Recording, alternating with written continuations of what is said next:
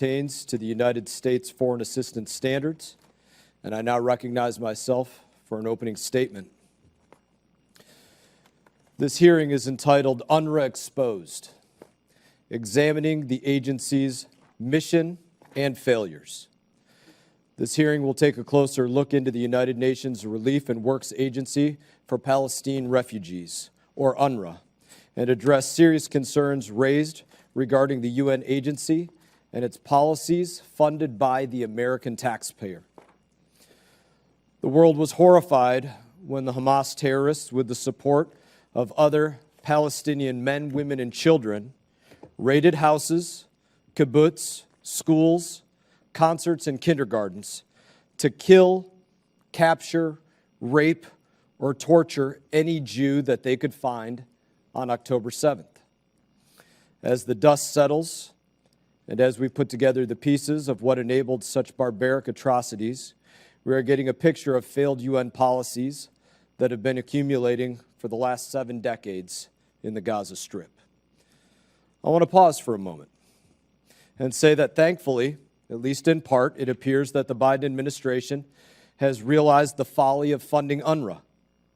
I'm concerned the administration is playing a shell game with us, however.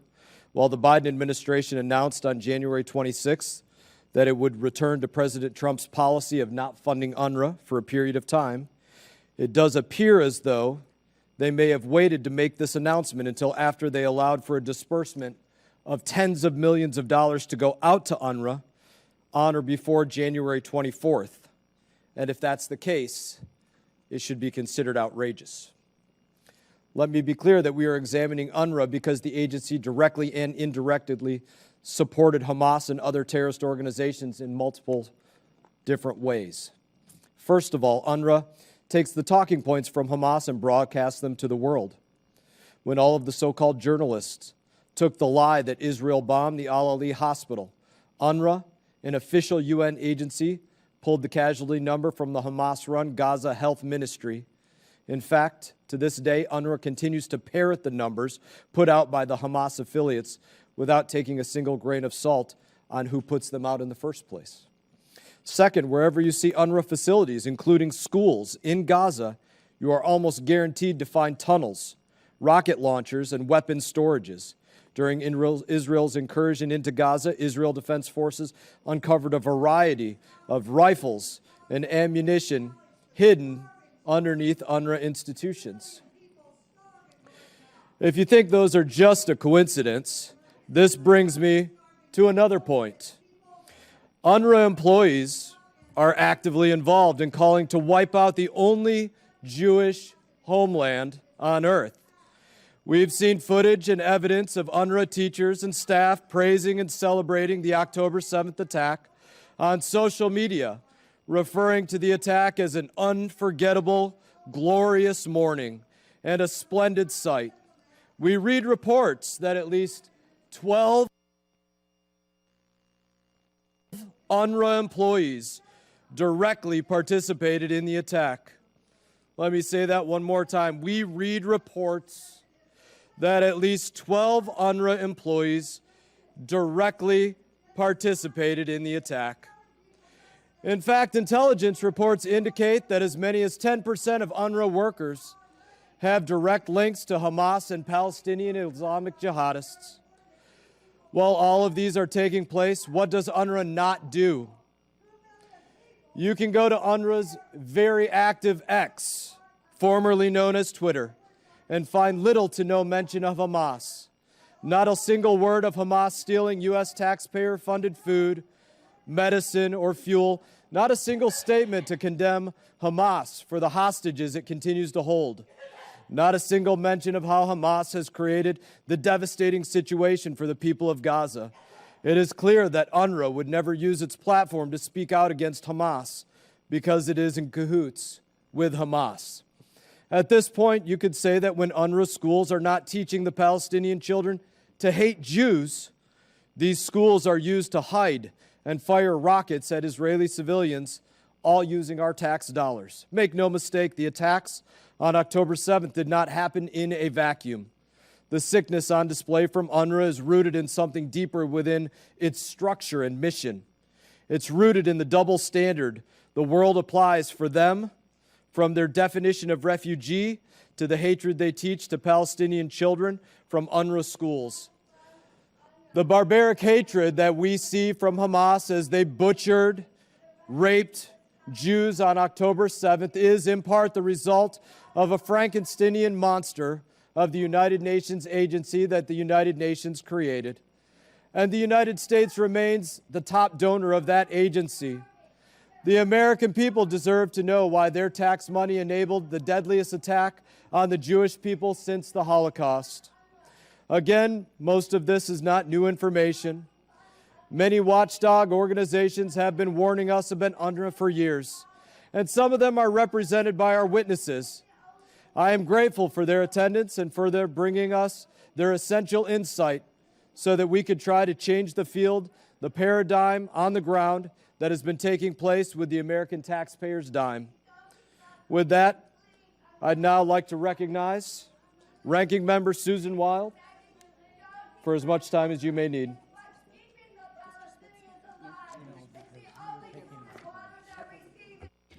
Thank you very much, Mr. Chairman. The developments that we have learned about in the past few days are horrific. The fact that 12 UNRWA employees out of 13,000 staff members in Gaza were implicated in the October 7th massacres is deeply disturbing, and it only underscores the already clear need for reform. But the question we face right now is, how do we ensure that the innocent civilian population of Gaza that is facing famine does not pay an even steeper price in human life because of the actions of 12 horrific individuals and their actions? We know that for the civilian population in Gaza, UNRWA services have been a lifeline, regardless of what one thinks about UNRWA, its mission, or the many well-documented examples of its dysfunction. The facts on the ground right now are indisputable. It is the only entity on the ground with the systems and the personnel and the capacity to deliver what little relief there is for the people of Gaza. We're talking about shelters for more than 1 million people, emergency food delivery, and urgently needed health services. We know that 87% of the Gaza population is now estimated to rely on UNRWA services. But having said that, we also know that the events of the past days have created an unprecedented crisis of credibility for UNRWA. And we have to recognize that. It serves as a potent reminder of the entrenched and long-standing flaws of both the organization's functioning and its mandate. And I do believe that the administration was absolutely correct in pausing the funding. And I keep in mind, please, that it's not just the United States that has done this, but a number of other countries as well. But we have to have oversight, and we have to be vigilant. In short, what I believe is that we have to see a change in UNRWA that reflects the gravity of what took place. Over the medium term, the need for major organizational reform is clear. We have to prioritize reorganizing and restructuring aid for Palestinians in a way that better serves the needs of the innocent civilian people, but that also makes sure that the safety and security of the citizens of Israel is not affected, is not jeopardized by the fact that we are funding this humanitarian aid. And so I don't have a perfect answer. I am hoping that as I sit here listening to the testimony and listening to the members, that we will hear some constructive solutions free of politics that really will address this very important need for reform that we have, but that at the same time is cognizant of the fact that there are innocent civilians that are suffering, that are facing famine, and who unfortunately have Hamas as their government. And with that, I will yield back and just say that I hope we can all come together and find some sort of meaningful and constructive solutions for this. Thank you. Thank you, Ranking Member Wild. The chair now recognizes the chairman of the Subcommittee on Global Health, Global Human Rights, and International Organizations, the Congressman from New Jersey, Mr. Smith, for his opening statement. Thank you very much, Chairman Maston. First of all, let me thank you that we are doing this joint hearing, bringing further focus and hopefully some resolution, the beginning of resolutions to this horrific problem. Public pressure motivated by explosive new evidence that UNRWA employees were directly involved in the October 7th Hamas terrorist attack on Israel. The Biden administration last Friday, as we know, announced that it was, quote, temporarily paused additional funding for UNRWA while it reviews the evidence. With all due respect to the president, this was a long overdue response. Going far beyond the revelations of last week, however, there has been long been a massive and irrefutable evidence of UNRWA's extensive complicity and cooperation in Hamas's anti-Semitic, genocidal hate campaign. Like the Nazis before them, Hamas and their chief terrorism sponsor, Iran, they are committing genocide against the Jews. As many of you know, and many of my colleagues have read, and maybe some recently, the 1988 Hamas Charter demands the absolute destruction of the State of Israel and proclaims, quote, Israel will exist and will continue to exist until Islam obliterates it. Article 7 of the Hamas Charter demands the slaughter of all Jews. Quote, the day of judgment will not come until Muslims fight Jews and kill them. Then the Jews will hide behind rocks and trees, and the rocks and trees will cry out, O Muslim, there is a Jew hiding behind me. Come and kill him, close quote. Article 13 of the 1988 Charter of Hamas explicitly rejects initiatives for peace and reconciliation and states, quote, initiatives and so-called peaceful solutions and international conferences are in contradiction to the principle of the Islamic resistance movement. In its 2017 charter, building on the first one, Hamas reiterates its goal of wiping Israel off the face of the earth and says, quote, there is no alternative to a fully sovereign Palestinian state on the entire national Palestinian soil, with Jerusalem as its capital, close quote. In 2018, President Trump suspended all U.S. funding to UNRWA, and they survived without the 30% of their budget the U.S. typically provides. But tragically, in 2021, the Biden administration resumed lavish support from UNRWA without reform. The U.S. government has donated more than $1 billion to UNRWA since 2021. In fiscal year 2022, U.S. taxpayers gave UNRWA $364 million. In 23, $344 million. And in fiscal year 24, the U.S. is on track to provide $371 million. But the administration has failed to provide clarity about how much of this funding is affected by the pause announced on January 26th. Yesterday, joined by Chairman Mast and Chairman Wilson, we introduced H.R. 7122, legislation to prohibit our government from making any voluntary or involuntary contributions to UNRWA. A good deal of the evidence of UNRWA's involvement with Hamas and other terrorist groups, as well as educating children towards terrorism, that is, poisoning their minds, has been presented publicly at hearings, including 2 that I have chaired during the last 8 months. Those 2 hearings, one was on June 22nd and a second on November 8th. And we heard from some of the witnesses, including Hillel Neuer, who is here today. And the information is absolutely devastating, how these children from the earliest days of their lives are trained in hate for Jews and for Americans. Now we've heard how UNRWA's textbooks, curricula, summer camps, and official media are all infamous incubators of hate. And we've seen the evidence of its teachers' administration's involvement with Hamas. They don't make their case. As you can see, the hatred coming out of that particular man is so sad. UNRWA, the UN Relief Works Agency, was set up, as we know, in 1949 to provide aid to relief to refugees. 75 years later, it's still going, which is absurd in a way, since nearby Arab nations will not permit the former to integrate into their societies. UNRWA provides education in hatred of Jews for the vastly expanded number of children, grandchildren, and great-grandchildren of the original refugees. UNRWA's textbooks, and I've had meeting after meeting on this, including hearings, where we've actually read through the textbooks, filled to overflowing with anti-Semitic hatred. This is all, this is serious. Aspects of its anti-Semitism is so twisted, I won't describe all of them here, but they talk about martyrdom, suicide bombers to children. A new report by the UN Watch, carefully documents, quote, how UNRWA teachers in a 300-member UNRWA staff Telegram group cheered and celebrated Hamas's October 7th massacre, while at the same time they were asking about their salaries. When are they going to get paid?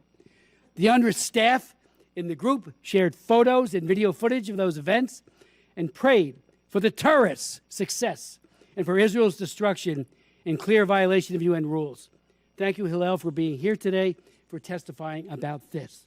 Similarly, Impact SC has recently published 3 reports analyzing, quote, hundreds of pages of teaching materials revealing that content glorifying terrorism, inciting violence, and promoting anti-Semitism is actually included in UNRWA's own materials created by UNRWA staff for UNRWA students.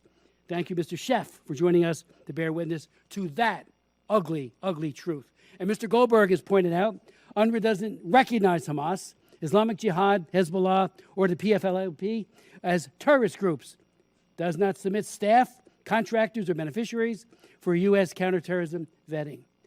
It indoctrinates generation after generation to hate Jews, to hate Israel, and prepare for genocide. For UNRWA, terror finance is a feature, he points out, not a bug, close quote. Thank you, Mr. Chairman. Thank you, Mr. Smith. Chair now recognizes Mr. Crow for 5 minutes.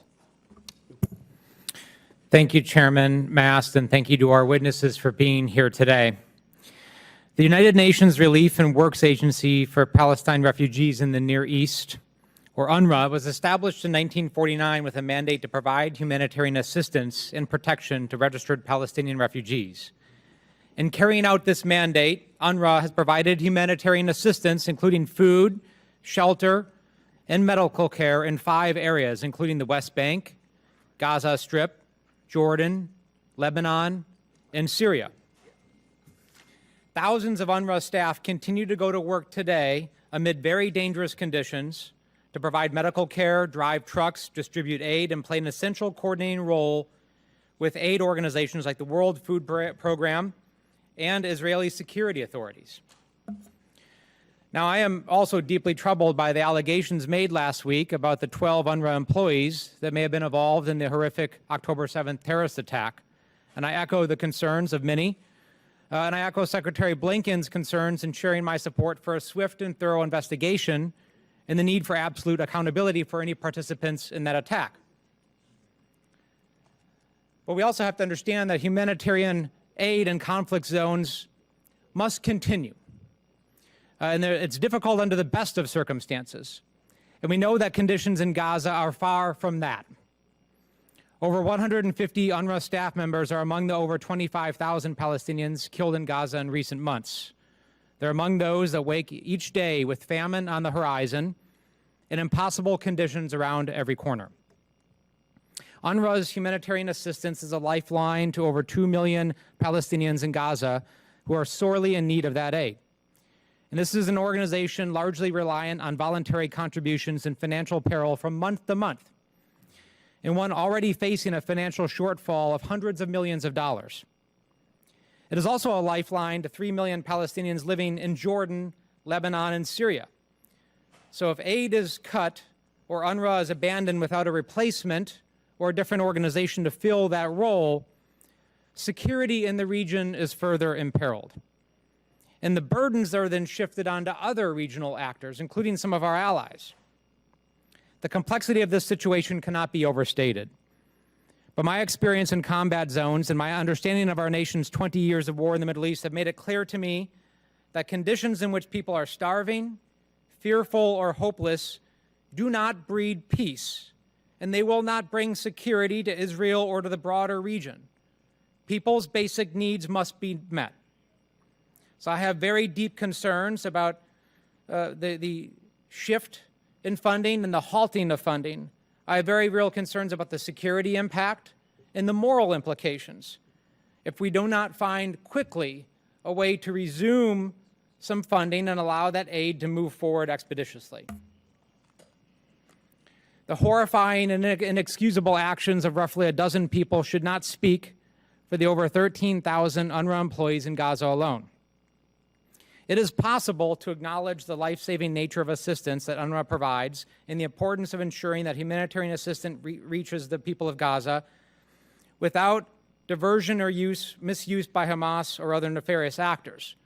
Now, this does not understate the very real challenges and concerns about the integrity of UNRWA that have been raised by my colleagues and others, and the need for substantial reform or to find a follow-on successor organization to fulfill the functions. What I'm trying to say here is that these needs and these functions must continue, whether it's under UNRWA or some other organization, and that all of our collective interests and security are undermined if we do not do that. And that has both short-term and long-term implications. So let's have a discussion today about how we achieve that, what the very real concerns that we all have, how they should be met, and how we can get that done in everyone's interests. Because, let me finish with this, we cannot stop the delivery of aid and the support of an organization that is essential to the livelihood of about 2 million Palestinian people. And I will continue to be a vocal advocate to make sure that we figure out a way forward here. Thank you, and I yield back. Thank you, Ranking Member Crow. I now ask unanimous consent that the following members be allowed to sit on the dais and participate in today's hearing. The gentleman from North Carolina, Mr. Murphy. Without objection, so ordered. I'm now going to recognize Ranking Member Smith for the introduction of our panel today. Mr. Smith, you're recognized. Thank you very much. And let me first begin with our first witness, Richard Goldberg, who is a senior advisor at the Foundation for the Defense of Democracies. He previously served as Deputy Chief of Staff and Senior Foreign Policy Advisor to former U.S. Senator Mark Kirk, who not only was our Chief Counsel once on this committee, went on to become a distinguished U.S. Senator. He also Chief of Staff for the Illinois Governor, Bruce Rauner, and Director for Countering Iranian Terrorism Weapons of Mass Destruction on the White House National Security Council. He was sanctioned personally by Iran in 2020. Next, we'll hear from Marcus Schiff, who is the CEO of the Institute for Monitoring Peace and Cultural Tolerance in School Education, or IMPACT SE, a research and policy nonprofit that analyzes textbooks employing standards on peace and tolerance as derived from UNESCO's declarations and resolutions, and presents recommendations to governments, ministries of education, and to policymakers. Then we'll hear from Hillel Noor, who is the Executive Director of UN Watch, a human rights NGO in Geneva, Switzerland.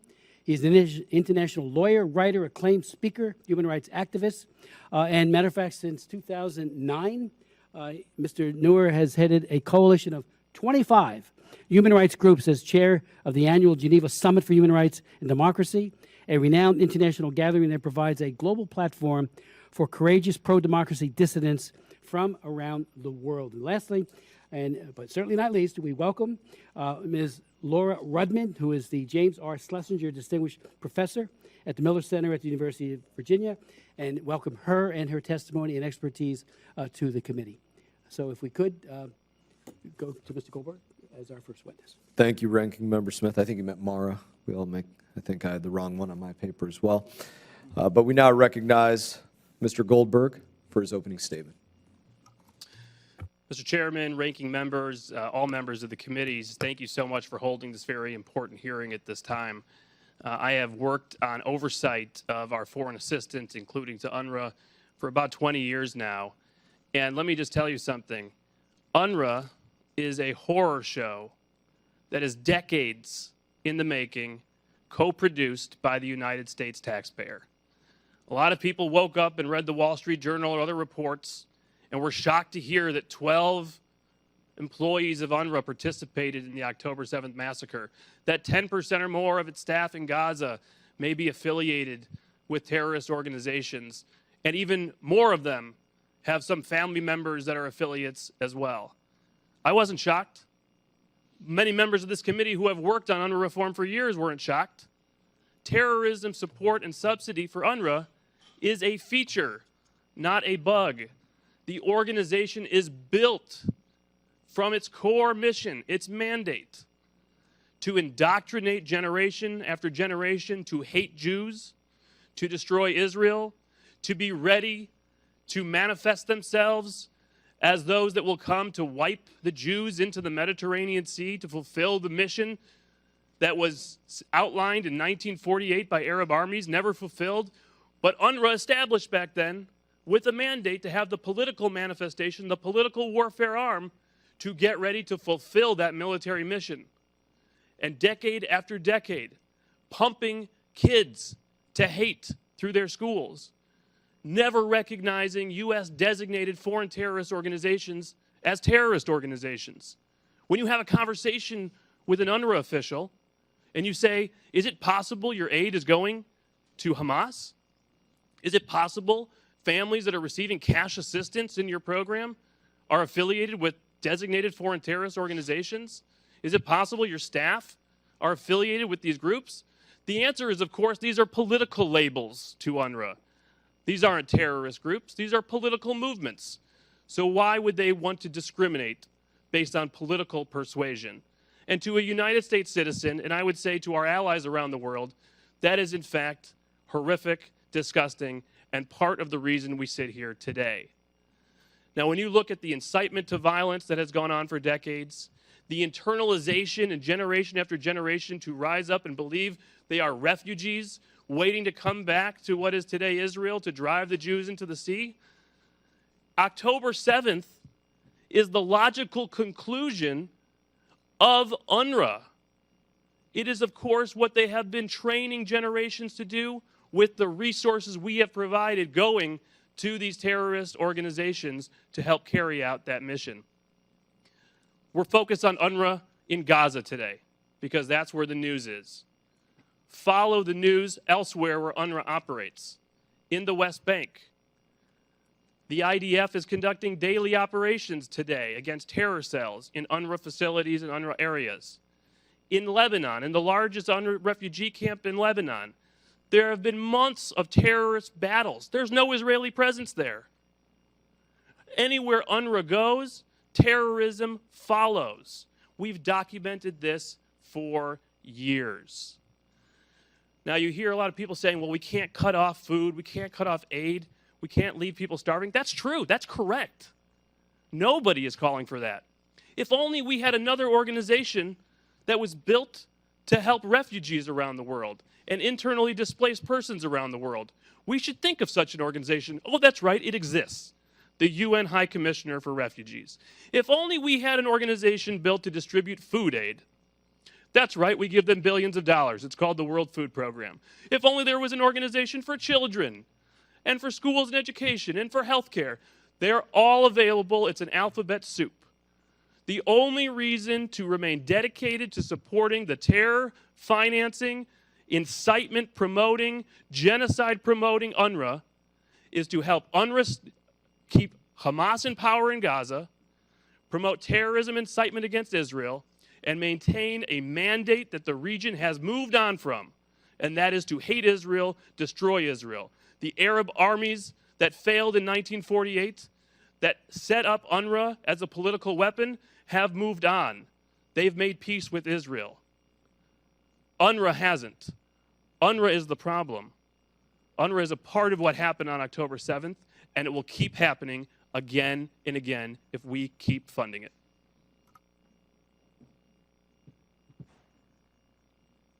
I want to thank you, Mr. Goldberg.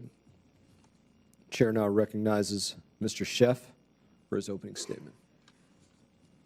Chairman Smith, Chairman Mast, Ranking Member Wild, Ranking Member Crow, members of committee, thank you. On October the 7th, terrorists breached Gaza's border with Israel. The result was catastrophic. They raped children, women, and men, burned families alive, beheaded, and murdered. They abducted babies and the elderly. 132 are still being held in dungeons in Gaza. And we know that UNRWA Gentlemen will employees... suspend for a moment.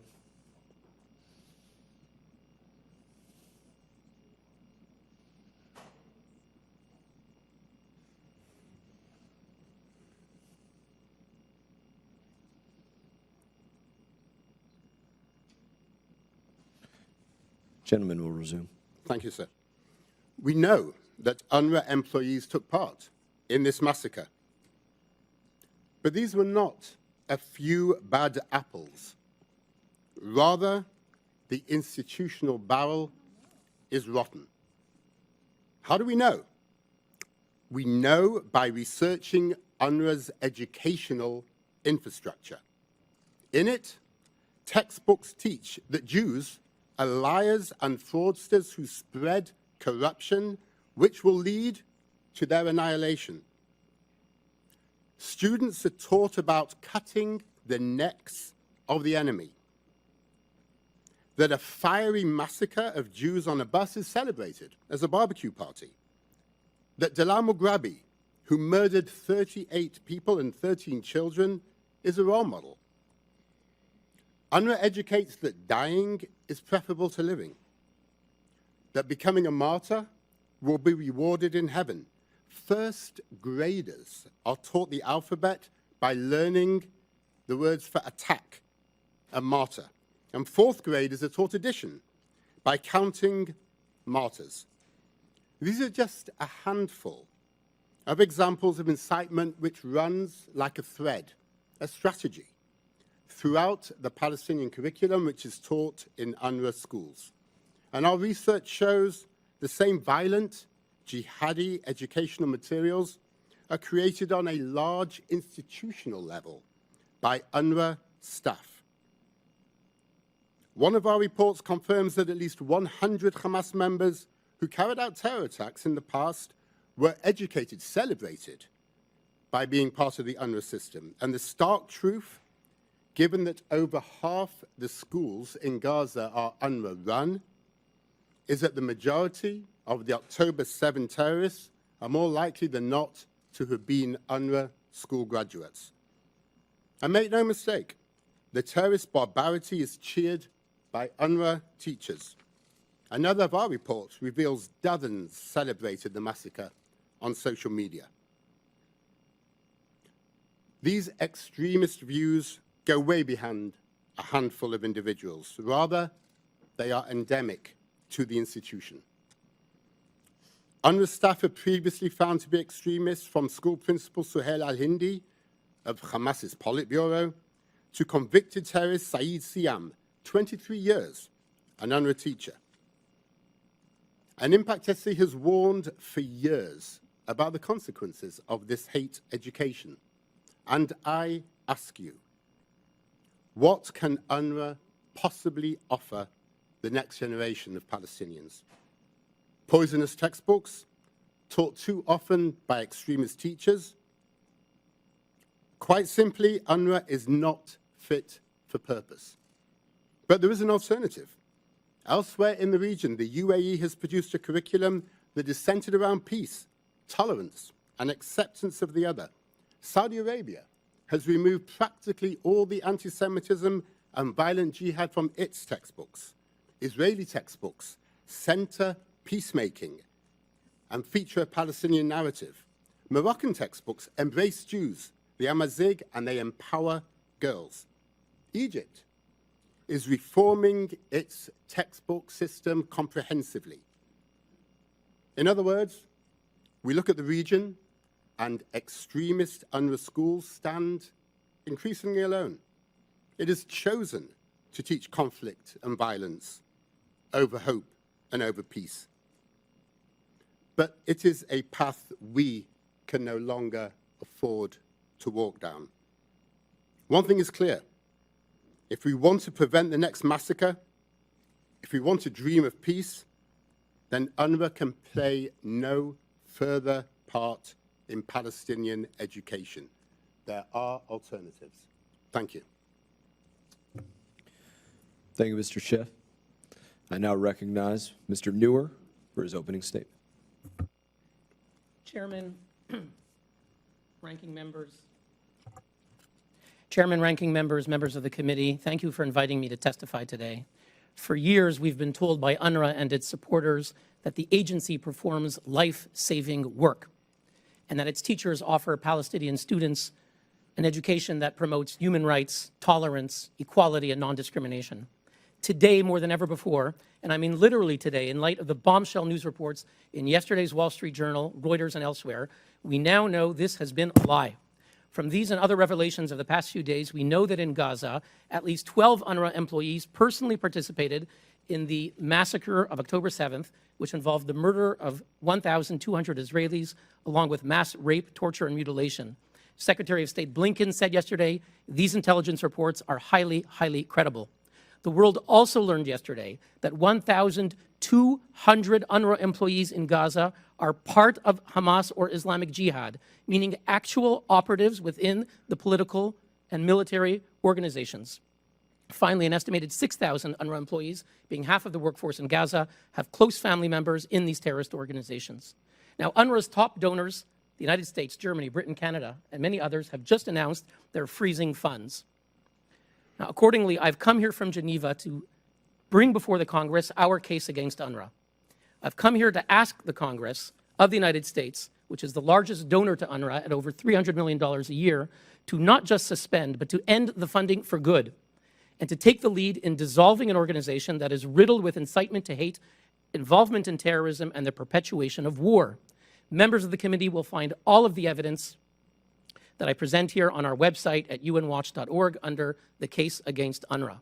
Now, on Friday, Secretary General Guterres announced that he was, quote, horrified to learn that members of his UNRWA staff were implicated in terrorism.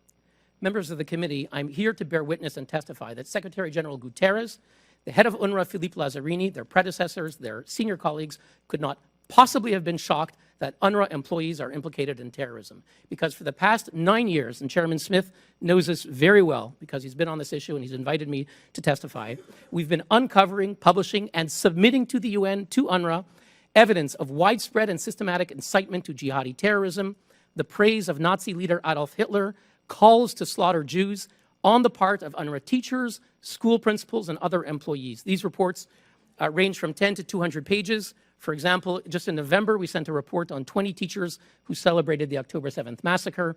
In March, together with Impact SE, we identified 133 UNRWA teachers and staff who promoted hate and violence on social media. In June 2022, we released a report called UNRWA's Teachers of Hate, and included the following Facebook post by Elham Mansour, quote, an UNRWA teacher, quote, by Allah, anyone who can kill and slaughter any Zionist and Israeli criminal and doesn't do so doesn't deserve to live. Kill them and pursue them everywhere. They are the greatest enemy. All Israel deserves is death. This is an UNRWA teacher statement on Facebook. We sent it to the UN. They did nothing. We sent them reports in 2021, 2019, 2017, 2015, numerous reports. They never contacted us for information. They refused our repeated written requests to meet to discuss the problem. They cannot say they didn't know. Mr. Guterres knew. The head of the UNRWA knew. The United Nations knew. They simply chose not to act. But it's much worse than that. From the beginning, their response to our reports was to attack us for doing the work they failed to do. If we look at Christopher Gunnis, the longtime UNRWA spokesman, he's now come back as a surrogate, giving interviews on Al Jazeera. He said on Twitter the following in response to our reports, quote, appeal to journalists, please don't turn UN Watch baseless allegations about anti-Semitism into a he said, she said story. It's a non-story. Quote, UN Watch makes a fool of itself again, credibility dead in the water. Will anyone believe them again? Quote, he's interested to find out more about UN Watch's political and financial affiliations since its establishment. Can anyone advise? This was their response to smear the messenger. They are not interested in finding out the root problem of incitement to terrorism. In June 2022, when they had to suspend 6 out of 10 of their employees under pressure from the US, UNRWA Deputy Commissioner General Lenny Stensteth, who's now the Director General of the Norwegian Foreign Ministry, she informed donor states and put it on her website that, quote, the real intent of UN Watch, my organization, is, quote, to destroy and not build, and to invite conflict, not build a lasting peace. Now, the US and other donors have asked UNRWA to investigate and to ensure accountability. I can tell you for a decade, UNRWA has shown itself to be unwilling, unable and unfit. Today, I wish to present our new report called UNRWA's Terrorgram, which I've handed to each of the members, and it's on our website, unwatch.org. In this report, we document a Telegram chat group of over 3,000 UNRWA teachers in Gaza that is replete with messages, photos, and videos cheering and celebrating the massacre of October 7th. It includes, for example, Safa Mohammed al-Najjar on the morning of October 7th. She's an UNRWA teacher of computers in Gaza, an administrator of this Telegram group. She celebrated the massacre, posting videos. She praised the Hamas Mujahideen, the holy warriors, as they massacred, mutilated, and raped Israelis. UNRWA English teacher Abdallah Mejez shared a message from Hamas urging Gazans to stay put, to ignore Israeli messages asking them to evacuate for their safety, effectively doing the work of Hamas to ask Gazans to be human shields. This is an UNRWA teacher. Abdul Karim Mejer, in our report, an elementary school teacher, celebrated the Hamas terrorists, saying, quote, "May Allah keep their feet steady and guide their aim." When a group member wondered what these heroes, the terrorists, as they're perpetrating the massacre, what they were brought up on, Mejer replied, they imbibed jihad and resistance with their mother's milk. And a few days later, this UNRWA teacher asked Hamas to execute their Israeli hostages. When Stefan Dujarric, the UN spokesman, was asked about our information, he replied on January 11th, quote, "I mean, UN Watch, they have a track record, and I think from our end it speaks for itself." He tried to disparage us. Just to conclude, we have massive incitement to terrorism. Prominent people have said bad apples. It's a few bad apples. We're talking about 1,200 who belong to the organization, 3,000 in this group, 6,000 whose family members belong to it. This is not a problem of bad apples. It's rotten to the core. We've talked about incitement. We've talked about acts of actual violence. And finally, let's get to the core problem. And with that, I conclude. The core problem of UNRWA, the very purpose of the agency, is to perpetuate the war of 1948, to send the message to Palestinians that the war of 1948 is not over. Don't use cement to build homes, hospitals, and schools here in Gaza. Use it to build hundreds of miles of terror tunnels, to tunnel into Israel, to invade Israel, to go back to what your homes are. That is the message of UNRWA. We should not be surprised what happened on October 7th, because that is the message that these Palestinians got for more than 70 years in UNRWA schools. UNRWA is a failure. We have to recognize what the Swiss Foreign Minister Ignazio Cassis said. This is a country historically that supports the UN. He said the following, I quote, "UNRWA has become part of the problem. It supplies the ammunition to continue the conflict. By supporting UNRWA, we keep the conflict alive. It's a perverse logic." And I'm here to say, if the United States and other governments that fund UNRWA truly care about helping Palestinians and Israelis, it's time to put an end to this perverse logic. We're asking the Congress to take the lead in dissolving this agency. Thank you very much. Thank you, Mr. Neuer. I now recognize Ms. Rudman for her opening statement. Thank you. And I thank Microphone, ma'am. Thank you. And I thank the subcommittee chairs and ranking. If you could speak member. into it just a little bit more, I think Doing my everybody will hear best. you better. Thank you. I'd like to thank you and the ranking member and Subcommittee Chair Smith, members of the committee, for the opportunity to appear before you. I have warm memories of my service on this committee staff as legal counsel under Chair Lee Hamilton. So much of how I learned to approach U.S. foreign policy and the important oversight responsibilities of this committee, I attribute to the tutelage of Lee Hamilton. Of course, I alone am responsible for my statement here today. In my written testimony, I discuss, first, the U.S. national security interests at stake in this topic. Second, Palestinian basic needs historically, particularly in Gaza, and why meeting them is intrinsic to Israeli security and regional security and stability. And third, why I continue to see a case for U.S. support for UNRWA and or other UN entities with appropriate oversight and related pauses where necessary until and unless alternatives are created. Such support is critical for serving U.S. national security interests and sustainable security for the State of Israel. In my brief time with you now, I want to highlight 5 key points. Number 1, I am not here to defend UNRWA, which has many shortcomings, well documented, including here today. So let's start with its most immediate failures. We've talked about those. They fired 12 staff who, based on reporting and the strength and rapidity, I would say, of the U.S. pause as well on funding, were clearly operatives who participated in the barbaric ISIS-like Hamas attack on Israelis. And there are allegations that more of the 13,000 Palestinians on UNRWA's payroll may be affiliated in some way with the Hamas movement. In my experience working with Israeli military, Palestinian leaders, and UN officials, I found some in UNRWA leadership to tend toward the sanctimonious, too often painting only in black and white, when the reality was much more often a continuum between the two. And in so doing, they rarely acknowledged faults or shortcomings within their own organization. This has rendered them on occasion blind and often blinkered in their outlook.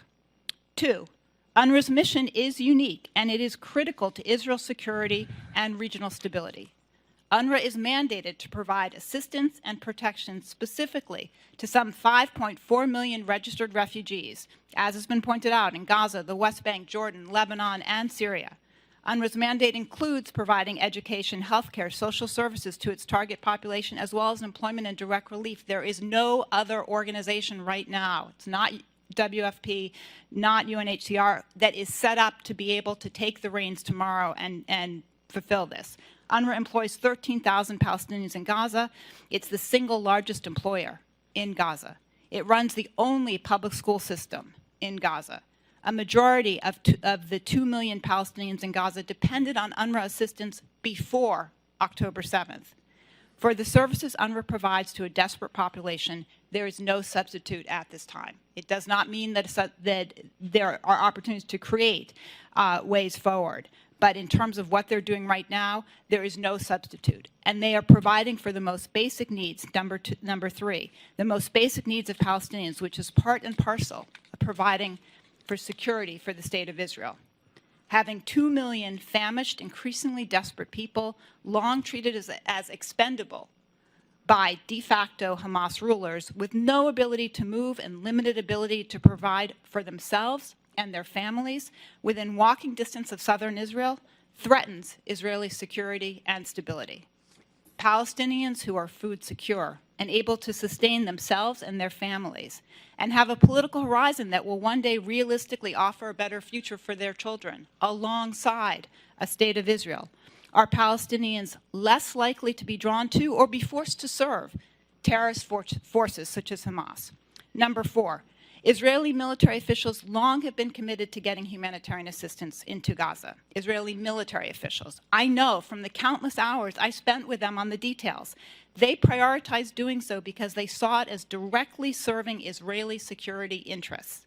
They worked closely with UNRWA leaders and other UN officials to devise the most effective and secure means for executing these aims. They did so appreciating that there was risk involved, but they saw far greater risk to their country and to their security if goods were not able to flow, and they knew these UN entities were vital actors to ensure provision of such services in Gaza in particular. 5, U.S. aid to UNRWA is key to meeting basic needs of Palestinians, particularly in Gaza, and that's critical to Israel's security and to U.S. security. For that aid to resume, we need a framework to assess what has gone so terribly wrong with the agency and whether it can be righted with internal reform or requires a transition of responsibilities to another organization within or outside the UN. The development and oversight of the audit necessary for such assessment should be led from outside of UNRWA, no question. I have some thoughts on who could do that. Aid must resume to UNRWA at the same time, though, as the assessment is being carried out. The United States, Israel, the world cannot afford the risk of famine taking root in Gaza. That problem will not stay in Gaza. It's very directly threatening to the security and stability of Israel and the region, and thus the United States. Thank you. Thank you, ma'am. I now recognize myself for questions, and I'd like to start with you, looking at some of your comments here. You said that you're not here to defend UNRWA, but you did also say in your comments that you are here to make the case that we should continue to support UNRWA. Kind of sounds to me a little bit like having your cake and eating it too. But I want to ask you a few questions about this. Do the Rohingya have an UNRWA?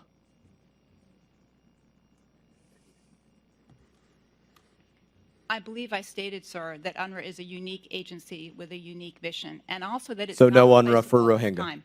No UNRWA for Rohingya? None? Ma'am, no UNRWA for Rohingya? Sir, as I said, UNRWA is unique. No UNRWA for Sudanese? That would imply, by an organization being unique, that there is not a similar organization elsewhere in the world. So none other for the refugees. Sudanese either, correct? You've worked in this field, I'm sorry, none for the sir. Sudanese? I'm doing my best to answer your question, which I believe Thanks. I'm doing. Yeah, none for the Sudanese either. So I'd like to know, from your opinion, what percent or number of UNRWA employees do you believe are Hamas or support Hamas? I don't have the basis for making that assessment. I read the same press reports that I'm sure you've read that talk about a percentage within UNRWA that is roughly around the same percentage as estimated in the Palestinian population at large in Gaza, so between 10 and 15%. Say that one. Your estimate is that between 10 and 15% of UNRWA employees, just to make sure I'm hearing you correctly, are possibly Hamas or supportive of Hamas or Palestinian Islamic Jihad or Al-Aqsa Martyrs Brigade or one of the terrorist organizations that exists in the Gaza Strip. What I am saying, sir, is that press reports have indicated that the percentages of UNRWA staff that may be affiliated in some way with Hamas are roughly similar to the percentages in the general population that are thought to be affiliated, so between 10 and 15%. But I want to be clear Do you look at that and that say, I'm relying on that's press out of this reports. world, that's crazy, no way, not a chance? Or do you look at it and say, seems like it might be a reasonable estimate? I believe if they employ 13,000 people in the population of the single biggest employer, it would not be surprising if the percentages are roughly that of the general population. Thank you. As you're here to make the case for continued support for UNRWA, per your statement, what would you need to see to say this is a threshold? This has gone too far. There can no longer be support for UNRWA. Would it be if UNRWA fired 100 people? If they said 100 people, we have the evidence these individuals took part in the attack, would that to you reach the threshold of saying, all right, I'm no longer here to support UNRWA? I'm here, sir, to look at what's in the best interest of U.S. national security, which was my teaching under the former chair of this committee, and what's in the best interest of Israel's security. And I believe that is finding some function, some way of providing for the most basic needs of Palestinians. So 100 people confirmed working for Hamas as a part of UNRWA for you would not be a threshold for cutting ties with UNRWA? So for me, what would be a threshold is finding a suitable framework that can be put in place both to evaluate UNRWA and to be able to go forward with other means of providing aid at the same time. So there's no threshold for bad behavior? The threshold is U.S. national security interests and concerns for me, sir. No threshold for bad behavior, though? Same answer applies. So none. And I think this is concerning because I heard this in remarks from my colleagues. You were invited here as the Democrat witness of choice. They chose for you to be the person that they requested to be here. And again, in your remarks, you say that you're here to make the case for continued support of UNRWA. And I think this is what we're going to continue to see, very likely from the administration, is this case that there is no threshold for bad behavior. It doesn't matter if it's one individual that was a part of Hamas or one of these other terrorist organizations, or 100 that were a part of them that took part in the attacks, or there's 100 right now that are participating in holding hostages. Doesn't matter. No threshold for bad behavior. This is some sacrosanct entity that just simply must continue no matter what. And that can't be the case that we have moving forward. I will not show support for that, especially, as I said in my opening statement, I think that we have a shell game going on from the administration right now where they're saying that they're cutting off the funding, pausing the funding for UNRWA. But in fact, they waited until just after they allowed tens of millions of dollars to be released to UNRWA. And then now they are saying they're going to pause funding for UNRWA. Absolute shell game, in my opinion. In that, I'm now going to yield time to Ranking Member Crow for as many questions as he needs to ask. Thank you, Chairman. Well, first of all, we need to just clear the air here. You mischaracterized our witness's testimony repeatedly and tried to put words into her mouth. She did not say at any point that there's no threshold for bad behavior. In fact, she specifically answered your question about what the criteria and the framework should be, and that is centering our national security and our interests, centering Israel's security and interests, as well as the rights and dignity of the Palestinian people. Those should be the measures and the gauges. And frankly, I will push back on the notion that she answered in the manner in which you characterized her answer. Did you want to yield to me, or? Yeah, I'll yield to you. Yeah, I did very specifically ask her to clarify. Are you saying that there is no threshold? I asked the question. Are you saying she answered what her threshold was. She gave a very clear answer to that. No threshold for bad behavior. No, she provided the framework for what her threshold was. Which was no because threshold. It wasn't your answer, you kept going after her. I asked for, I don't want to take up your time, it's yours, but I did ask if there's no threshold for bad behavior. And she answered very clearly. Without So, Ms. Rudman, I will reclaim my time, if that's fine for you, Chairman. Absolutely. All right. What I also heard you say, Ms. Rudman, is that you have no allegiance or loyalty to UNRWA, the organization, right? Just like me, right? I have no allegiance and loyalty to any one organization. I'm not going to sit here and defend UNRWA, nor should I, and I have very real concerns. What I have an allegiance and loyalty to is the mission, right? The services that are being provided by this entity. And that is your concern as well. So what I want to do is get beyond the point where people just criticize, because the problem with policy right now is we're very long on criticism. People roll in here and they're very long on criticism and they're very short on solutions. So I'd like to take a moment to talk about solutions, right? And you made a very clear point that despite the very real concerns about UNRWA, they are the only game in town on some very key points. That right now there's no other entity that exists that provides the scope of services that UNRWA provides to the Palestinian people. So could you explain for us for a moment, given your vast experience in this area and the substantial time that you've spent personally in Gaza, how we would go about identifying those core services and transitioning them either to existing organizations that currently don't provide those services or to create a new entity that would still do it. Because at the end of the day, there are very important things that need to happen, right? And services that need to be provided. So how do we get there? Thank you, Representative Crow, for your comments and for the question. I think that the most basic needs I'm going to put, though I recognize for this panel, education is a primary focus. I would focus first on food and water and electricity, understanding and appreciating the importance of education as well. And so I would look at the structures inside Gaza, the staffing and the employees. As we've talked about, UNRWA has many more than they have the whole infrastructure inside. So how do you replicate that? That would require figuring out whether it's UNHCR, I think less likely, UNDP is quite active in Gaza, but again, not anywhere near the numbers. World Food Program that handles distribution and goods going in and out, but not with, again, staff on the ground to carry out the delivery of these means. There are ways you might be able to divide the responsibilities among and between, but you're still going to need screening mechanisms, auditing mechanisms, things to ensure that what has happened with UNRWA and their staff is not replicated elsewhere. What I can tell you is that the Israeli military, recognizing absolutely the importance of getting goods into Gaza, does not want to be, ought not to be, for a variety of reasons, in Gaza responsible for distribution of that food. They're quite active on the crossing points at, and have been historically, again, pre-October 7th, at Niroz and at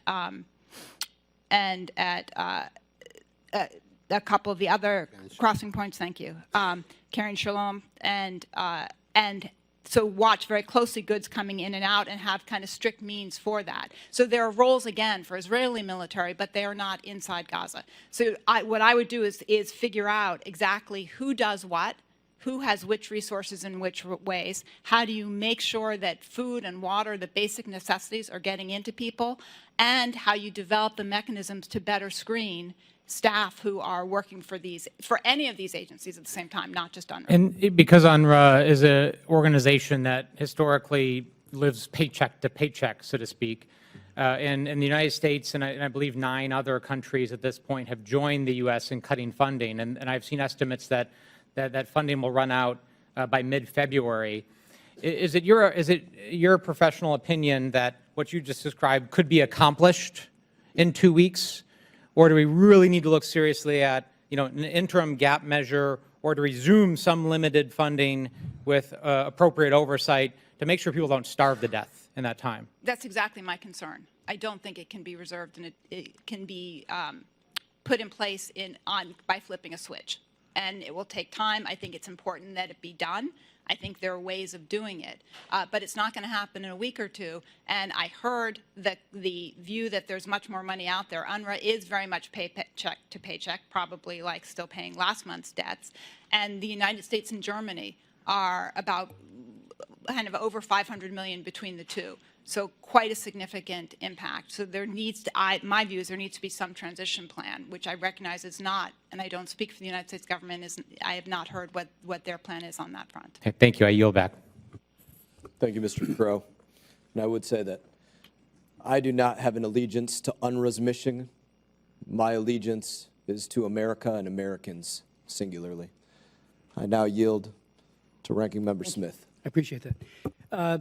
Mr. Goldberg, you talked about the horror show, and I think that was a very apt description of what UNRWA does. I mean, do you know of any instance where an UNRWA employee or leader dissented from Hamas and offered a vision that was inclusive and respectful of Jews? Mr. Chef, you talked about the hate and violence being endemic.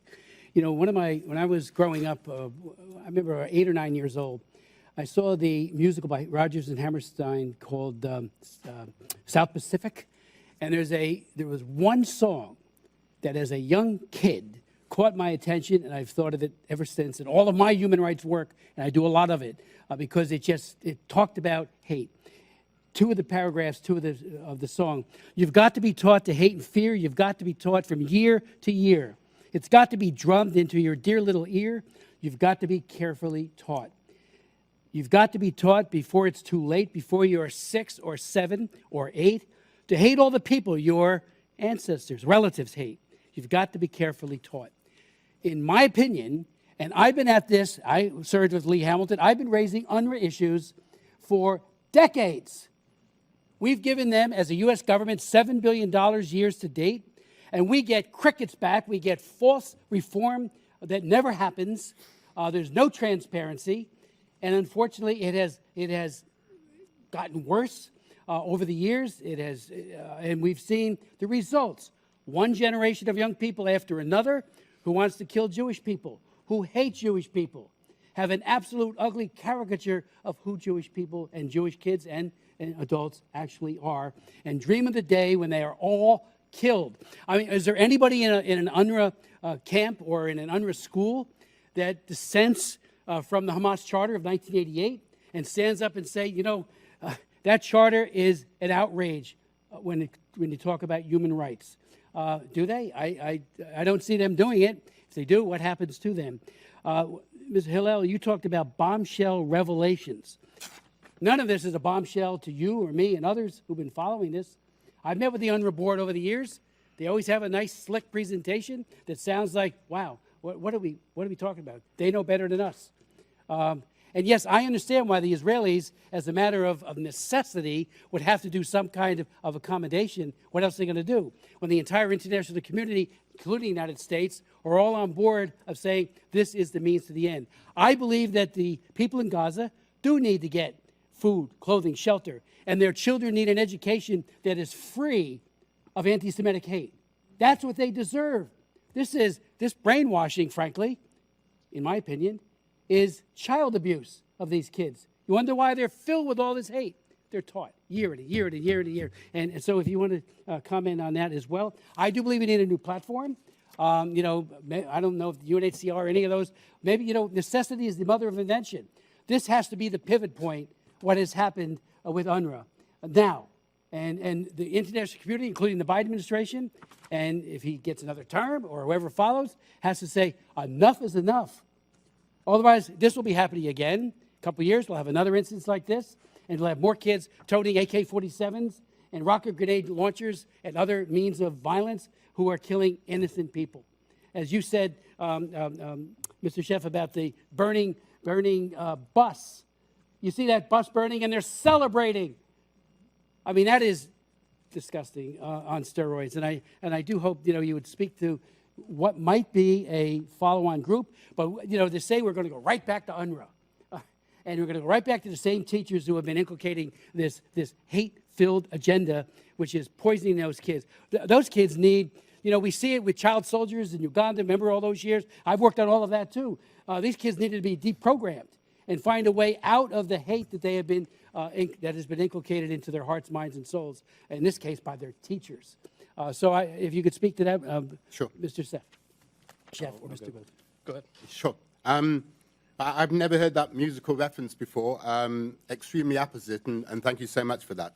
Yes, textbooks are uniquely authoritative, especially in the MENA region, in the Middle East, where you get one book, one grade, one subject, and they carry the values, the identities that leaders wish to pass down to the next generation, for good or for bad. This is how we create the societies of the future that we want to see, through these textbooks, through education. And of course, for bad. We know that one of the first things that Hitler did when he came to power was change the textbooks.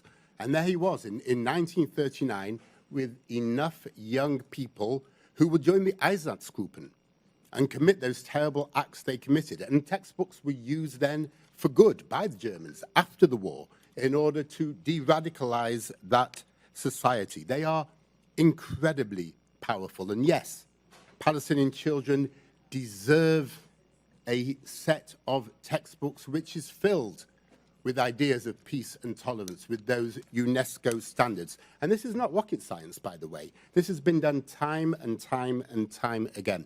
These textbooks can be changed in a matter of weeks. They look like this. What you're looking at here is a Palestinian textbook. This one actually has a picture of Dalal Mughrabi, the terrorist I was telling you about before, which is taught in Palestinian Authority schools, which is taught in UNRWA schools, and was taught in Hamas schools. It's a magazine. All you need to do is switch the PDF, put in material which is better than Dalal Mughrabi, material which can inspire young people rather than teach them to be terrorists. Weeks. That is how long it can take in order to change this school curriculum. So we're talking about what can we do in the future. Again, this can be done really simply. Those schools in Gaza can have a new school curriculum which is filled with these ideas of peace and tolerance. And by the way, it needs to be the Palestinian Authority as well, because they are producing this. UNRWA is teaching the textbooks which the Palestinian Authority created, as well, of course, as UNRWA creating its own material. So let us insist on this. Let us demand this. Futures absolutely rely on changing these textbooks. Thank you, sir. Thank you, Mr. Chef. Mr. Smith. Just one very brief follow-up. Sure. I remember in June of 2021, UNRWA was pressured into removing their Gaza director after he gave an interview that Hamas and others condemned. Could you perhaps, you could give us a little background on what happened there? Thank you, Mr. Chairman. That episode is actually a very telling episode. There was a war between Israel and Hamas in May of 2021, and afterwards, the UNRWA Gaza director, Matthias Schmel, a German national, was interviewed on Israeli TV, and he was asked whether the Israeli strikes against Hamas were precise. And he said, yes, they were very precise. And he wasn't thinking when he gave his answer to adhere to the Hamas script, which UNRWA officials invariably do and everyone else in Gaza does because it's an authoritarian terrorist regime. If you don't follow the script when you speak to the media, when you're going to get in a lot of trouble. You're going to get hurt very badly. And he said, he conceded that Israel's strikes against Hamas were very precise. They were able to hit a precise point when they were successful and not hit civilians and so forth. And moments later, there were protests orchestrated by Hamas throughout Gaza. There were pictures of him photoshopped onto an Israeli military uniform as if he was an Israeli, even though he's someone who is quite anti-Israel for many years. But because he slipped in his interview, he was deemed persona non grata, protests against him and his deputy, and he was forced to leave. Hamas forced the head of UNRWA in Gaza to leave. Then his boss, Deputy Commissioner General Lenny Stenseth, a former Norwegian diplomat who's gone back to Oslo to be the head of their foreign ministry, she went to visit Yahya Sinwar. He is the evil mastermind of the October 7th massacre, someone who kills people with his own hands, Palestinians with his own hands, who he considers collaborators, a vicious murderer. She went to see him. This is their headline in a newspaper. And she said that she wants to reaffirm her solidarity with the Palestinians. Basically, the message was, we went off script, but don't worry. Mr. Neuer. Thank you. Thank you for your testimony. The chair now recognizes Ms. Wild. Thank you, Mr. Chairman. My first and foremost concern is always for children. It was unbearable to see what happened to Israeli children on October 7th and since, when they were tortured, murdered, taken hostage, many of them having to witness their parents' murders. It was horrific. It's equally unbearable, at least for me, to watch what Palestinian children are suffering and their deaths, their medical problems, which are extensive, their hunger. And so I start with the children as a starting point, because I think that if we consider all children to be innocent and deserving of a safe place to live, water to drink and food to eat, we might be able to find some common ground in solving this problem. And aside from that basic humanitarian concept, I think we have to recognize that desperate childhoods often give rise to violence in adulthood, whether it's here in the United States or elsewhere. And I think we can all agree we don't want to create future generations of terrorists. Full stop on that. So with that, I'm going to direct my question to you, Ms. Rudman, to the national security part of this. You've got a special expertise in national security, and your testimony, your written testimony, has reflected that focus. Thank you for that very comprehensive report. Could you talk about this concept of aid to the Palestinian civilian population from a national security perspective? Sure. Thank you, Congresswoman. The issue is, as you have reflected, the threat from the risk to security from people who are desperate. And Gaza, I was first there in 1987 or 1988. It has never been an easy place to live. It has gotten worse and worse and more difficult even before October 7th, and certainly under Hamas rule. I will just say on that point to Chairman Smith's comment, I actually do know a number of Palestinians who survived very difficult childhoods, who survived UNRWA schools. They cannot speak out publicly in Gaza because of the nature of Hamas rule and the lack of freedom of speech, but there are any number of Palestinians who are absolutely concerned about both their future, their children's future. Those who could left, and are living other places also under very difficult circumstances. But there are any number of people who can be reached with their basic needs being taken care of while they cannot do it themselves, who want jobs, who want futures. And it's in our national security interest to find a way, and Israel, I believe, has repeatedly made the calculation that it's in their security interest as well, to ensure that basic needs are covered for people who, and let's just be clear, these are people who, it is a small area from Israel itself. Gaza is maybe twice the size of Washington, D.C., but with no entrance or exit. But it is actually walking distance, as the Hara, and I was at Kibbutz Nir Oz. I was at Kibbutz Be'eri in December. They are within easy walking distance of Gaza. And in addition to that, there's a population of 3.5 million Palestinians in the West Bank who watch, reflect, see what's happening to Palestinians in Gaza and react as well.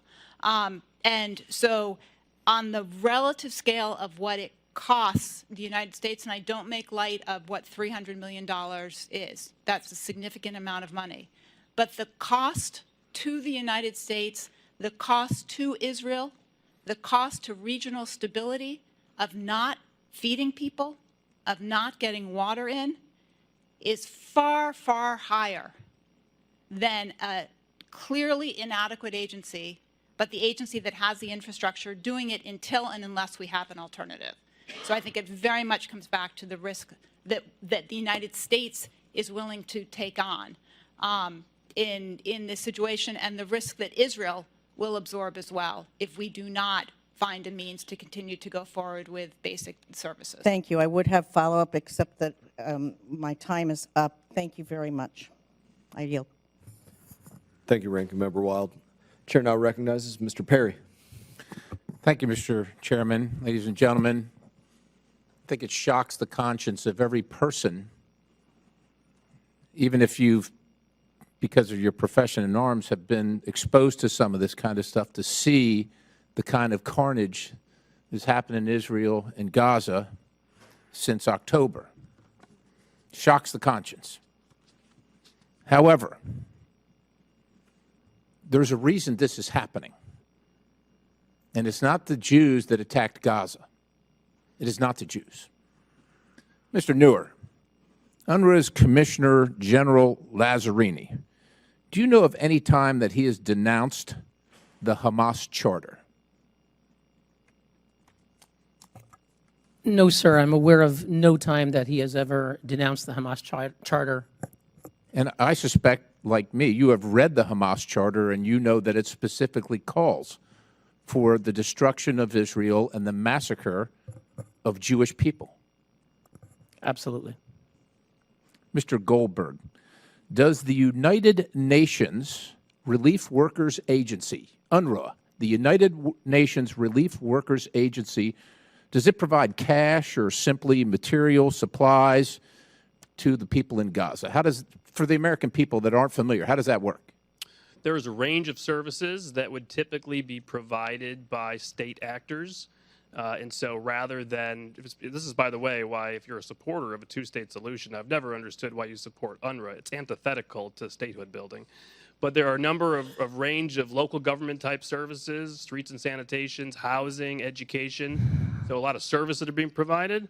But there's also cash assistance. Now, back in the day when we started oversight in the Congress, this was literally bags of cash being handed out, and they didn't ask. So can I drill down on that? Because Ms. Rudman, I think, appropriately said, you know, we've got to provide food, water, electricity. I imagine when you say housing, that might be building material. And I'm thinking in my mind's eye, thinking back to pictures from Gaza of tunnels.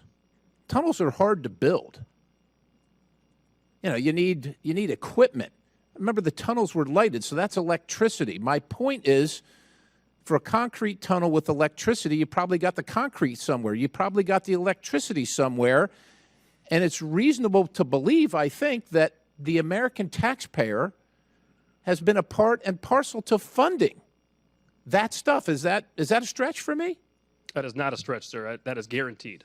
So if I'm running my household and I only have so much a month to feed my family, provide a roof over the head, clothing, and education, but I want to spend all my money killing my neighbor, is it my neighbor's job then to go ahead and continue to provide the roof over my head and the food in my belly? Does that seem reasonable to anybody here? Does it, Mr. Goldberg, does it seem reasonable to you? Nothing about UNRWA has ever seemed reasonable to me. Well, the United Nations Relief Workers Agency is a terrorist supporting entity, ladies and gentlemen. America's taxpayers pay for the absolute worst of it. The absolute worst of it. They pay for all, they don't get a say. They send over the money, they send over the material, and it gets used against America's interests. It gets used against America's national security interest, against the world's national security interests. And everyone in this room knows it. Everyone in this room knows it, including people that would protest by showing blood on their hands. They're literally the ones with the blood on their hands. They're supporting that. Now, for those who say there is no other organization to take this mission, no substitute, and that we must continue to fund UNRWA, the United Nations Relief Workers Agency, while the assessment is being made. While the assessment is being made. Well, I don't know how many years you need to make the assessment, ladies and gentlemen. I've made the assessment. The American people are tired of getting up early in the morning and going to work and trying to pay their bills and also be forced to pay for people that get money from UNRWA to slaughter Jews. They're tired of doing it, and they're sick of it. We had a vote on the 28th of September. I know because I offered the amendment. I offered the amendment to defund this terror-supporting organization. Came close. 213 to 218 we lost. We came close.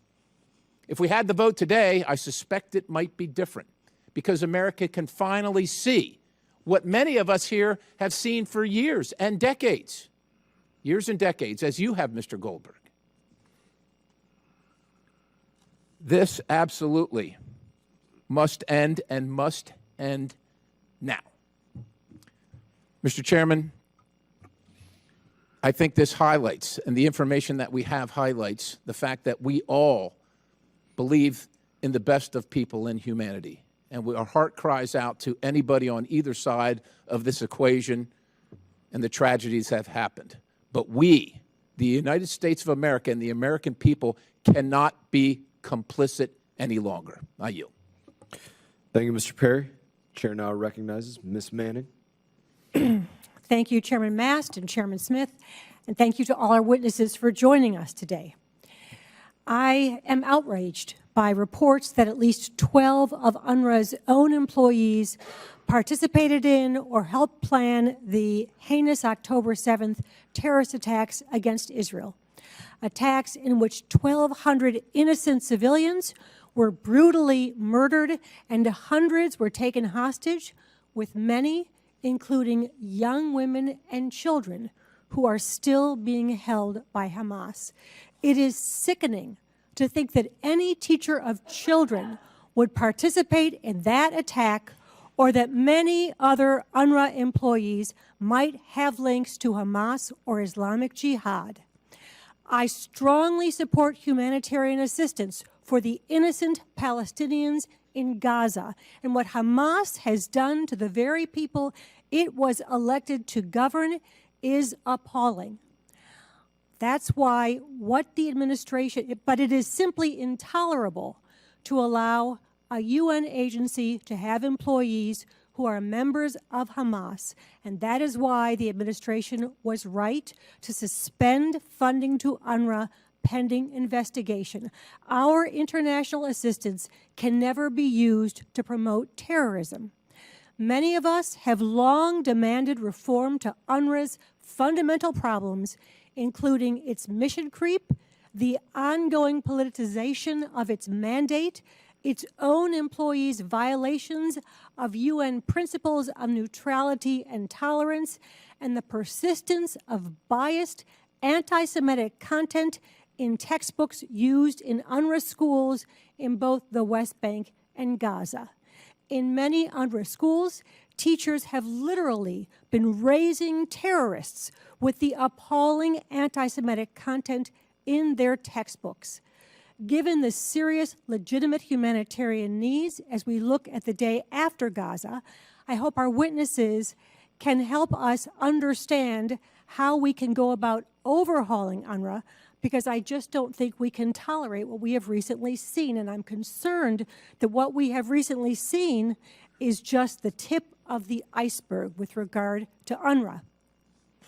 Mr. Goldberg, according to its website, the UN High Commission on Refugees protects refugees and works with governments and partners to find long-term solutions so they can find a safe place to call home, and that includes integration into the host community or resettlement into integration in a third country, and helping them access livelihoods so they can live with greater independence and contribute to their communities. In other words, the UNHRC helps refugees build new lives. Does UNRWA do this? No, ma'am. It has a mandate to keep people in refugee status indefinitely and raise them to internalize that as a vision that one day they will return to homes and destroy the modern Israel, push the Jews into the sea. It is core to the mission to keep Palestinians limited in their economic and political rights. In my view, it is anti-human rights as an organization. And in the day after this conflict is resolved, if the international community were to establish a new mechanism to serve the same population in Gaza, how would or should its workforce and its mandate be different from UNRWA's current workforce and mandate? It's a great question, ma'am, and that's actually where the focus of our attention should be. If we all can agree on the premise that UNRWA is done, and now we're moving on to what comes next, now we can actually have a policy discussion, which is very important. UN High Commissioner for Refugees can play a role. There are other places in the world where conflict breaks out, where we have IDPs. UNHCR moves in very quickly. By the way, they did that in Syria, where UNRWA was operating and UNRWA couldn't operate anymore. UNHCR came in and took over a lot of responsibilities. We have the World Food Program, we have UNICEF, we have other organizations, but also, if we get to a place where Hamas is finally out of control of Gaza, where we get to a place where we have reform in the Palestinian Authority, at some point we also have to talk about moving this out of a multilateral system into a bilateral aid program with true oversight, metrics for success. How are you moving people to economic success, political prosperity, openness, et cetera? If you're just looking at handing a check over to an organization that just keeps people in despair, you're going to get more people in despair. You're going to get the terrorism you don't want. Thank you. I have many more questions, but unfortunately my time has expired. Thank you, Ms. Manning. Chair now recognizes Mr. Mills. Thank you, Mr. Chairman. I think it's simple to say that over 20-plus years that the United States has been involved in overseas conflict, whether that be the war in Iraq or the war in Afghanistan, that you can't simply defeat ideology through bombs and bullets. This is something that is taught. This is something that is trained. And that is why even after the Russians fell in Afghanistan, it was such a big element for us to want to fight towards education of our children, because it's very proven through many studies that children are not born with hate, they are taught hate. And so I agree with many of our panelists on the ideas that the first thing that we have to do is root out the hatred in these curriculums and textbooks that are actually intentionally looking at breeding the next generation of terrorists. The problem for me, however, is that many are trying to act as if the United States stops being a donor to UNRWA, that it simply ceases to exist. It's just not true. You've got Germany, EU, Sweden, Norway, Japan, France, Saudi Arabia, Switzerland, Turkey, Canada, Netherlands, et cetera, who are all donors into these programs. I think that it's simple to say that we all echo the same sympathies that Representative Perry mentioned by saying that it's not okay for any civilians of any type to lose their lives. That's what we're trying to prevent. But we certainly cannot continue to fund the very organizations that are responsible for these attacks. And UNRWA is directly responsible, as are many of these organizations, for the horrendous, horrific, and barbaric attack that occurred on October 7th. But I would also argue that this is systemic across the United Nations, which I have said should be replaced with the notion of being the useless nations. Because you had Resolution 2231, the nuclear JCPOA, that was set up to try and keep Iran from funding and continuing terrorism. And under General Secretary Ban Ki-moon and Gutierrez, we know of multiple violations of mid-range ballistic missiles and other types of terrorist activities that was taking place where they wouldn't do anything until President Trump came forward and removed us from these failed policies. So I think this is a deeper issue. You know, whether it's the 12 members who participated in the event itself, whether it's the 3,000 UNRWA teachers who are celebrating this massacre and yet they're screaming for more aid to try and develop peace, it's all a failure and a false premise. But I will tell you right now, $343 million, Ms. Rudman, is a lot of money. When you're $34 trillion in debt, when you have no economic growth strategy in the United States that enables us to actually ensure that we have opportunities for the American citizens in which we serve, and when we're continually being pulled back into these kinetic elements of warfare, whether it be in Iran, whether it be the Iraq and Afghan conflict, whether it be the Ukraine conflict, whether it be defending the 12% of global shipments through the Red Sea, the bottom line is that the time is now to start thinking about America. The time is now to start not looking at things as just business as usual across D.C. and the swamp. And so I'll tell you, I absolutely support with full heart the end of funding to UNRWA and their destabilizing role that they've played within the Middle East. I'm one of the members who actually went over to Israel recently. You know, when the attack took place on October 7th, I actually went over on October 11th and helped to rescue and evacuate 255 Americans, 96 by ground. I'm not sitting here having these 5-minute discussions for talking points so I can post on social media for clicks and likes. We have to have real effective change. And we have to acknowledge that Hamas is a terrorist organization. We have to acknowledge that Hezbollah is a terrorist organization under Hassan Nasrallah.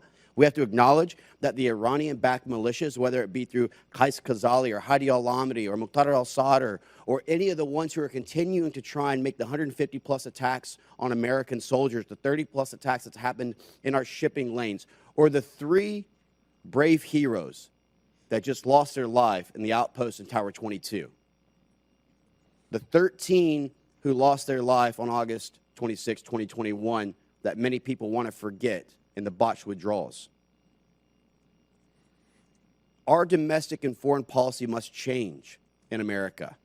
It cannot be the decades and decades of failed policies that has either resulted in America training 8 of the 11 coup leaders in Africa, or whether it be funding organizations like UNRWA, who continues to support terroristic activities that resulted in many people losing their lives. I stand with Israel's rights to defend itself, and I stand with the American colleagues that are here who are willing to defund UNRWA and stop these terrorist organizations like Hamas from using our money to build the terrorist tunnels and continue these types of horrific attacks. With that, I stand back. Thank you, Mr. Mills. Chair now recognizes Ms. Dean. Thank you, Chairman Mast, and thank you, Chairman Smith, Ranking Member Crow, Ranking Member Wild, for holding this important hearing. Thank you to our witnesses for testifying and sharing your knowledge and expertise with us on this important matter. But let's remember, we're here for the purpose of oversight. We are here, I hope, for the purpose of solutions, not just whitewashing or blackwashing or whatever kind of washing entire structures until and unless they deserve it. The allegations of the UNRWA employee involvement in October 7th attack is deeply troubling. We can all agree upon that and warrants a thorough and independent review. I, too, have traveled to Israel since the war, 5 weeks into the war, visiting with Minister of Defense Gallant, visiting with our ambassador, visiting with the Prime Minister, visiting with hostage families. What Israel suffered is unspeakable. There are no words. What I want to do now is to say that is a truth that we must deal with, but we also have to deal with the war, the prosecution of the war, and how do we keep people from famine? A basic thing. Professor Rudman, I appreciated your 5 points, and in your 5th point, you indicated something that you had an idea. I'm sort of jumping to the end of the story, that you had an idea of something or some structure that could be put in place around UNRWA to address the gravest needs that the people of Palestine, that the Gazans are enduring, and how we fulfill that, both for Israel's security and our own national security interests. What were some of your ideas?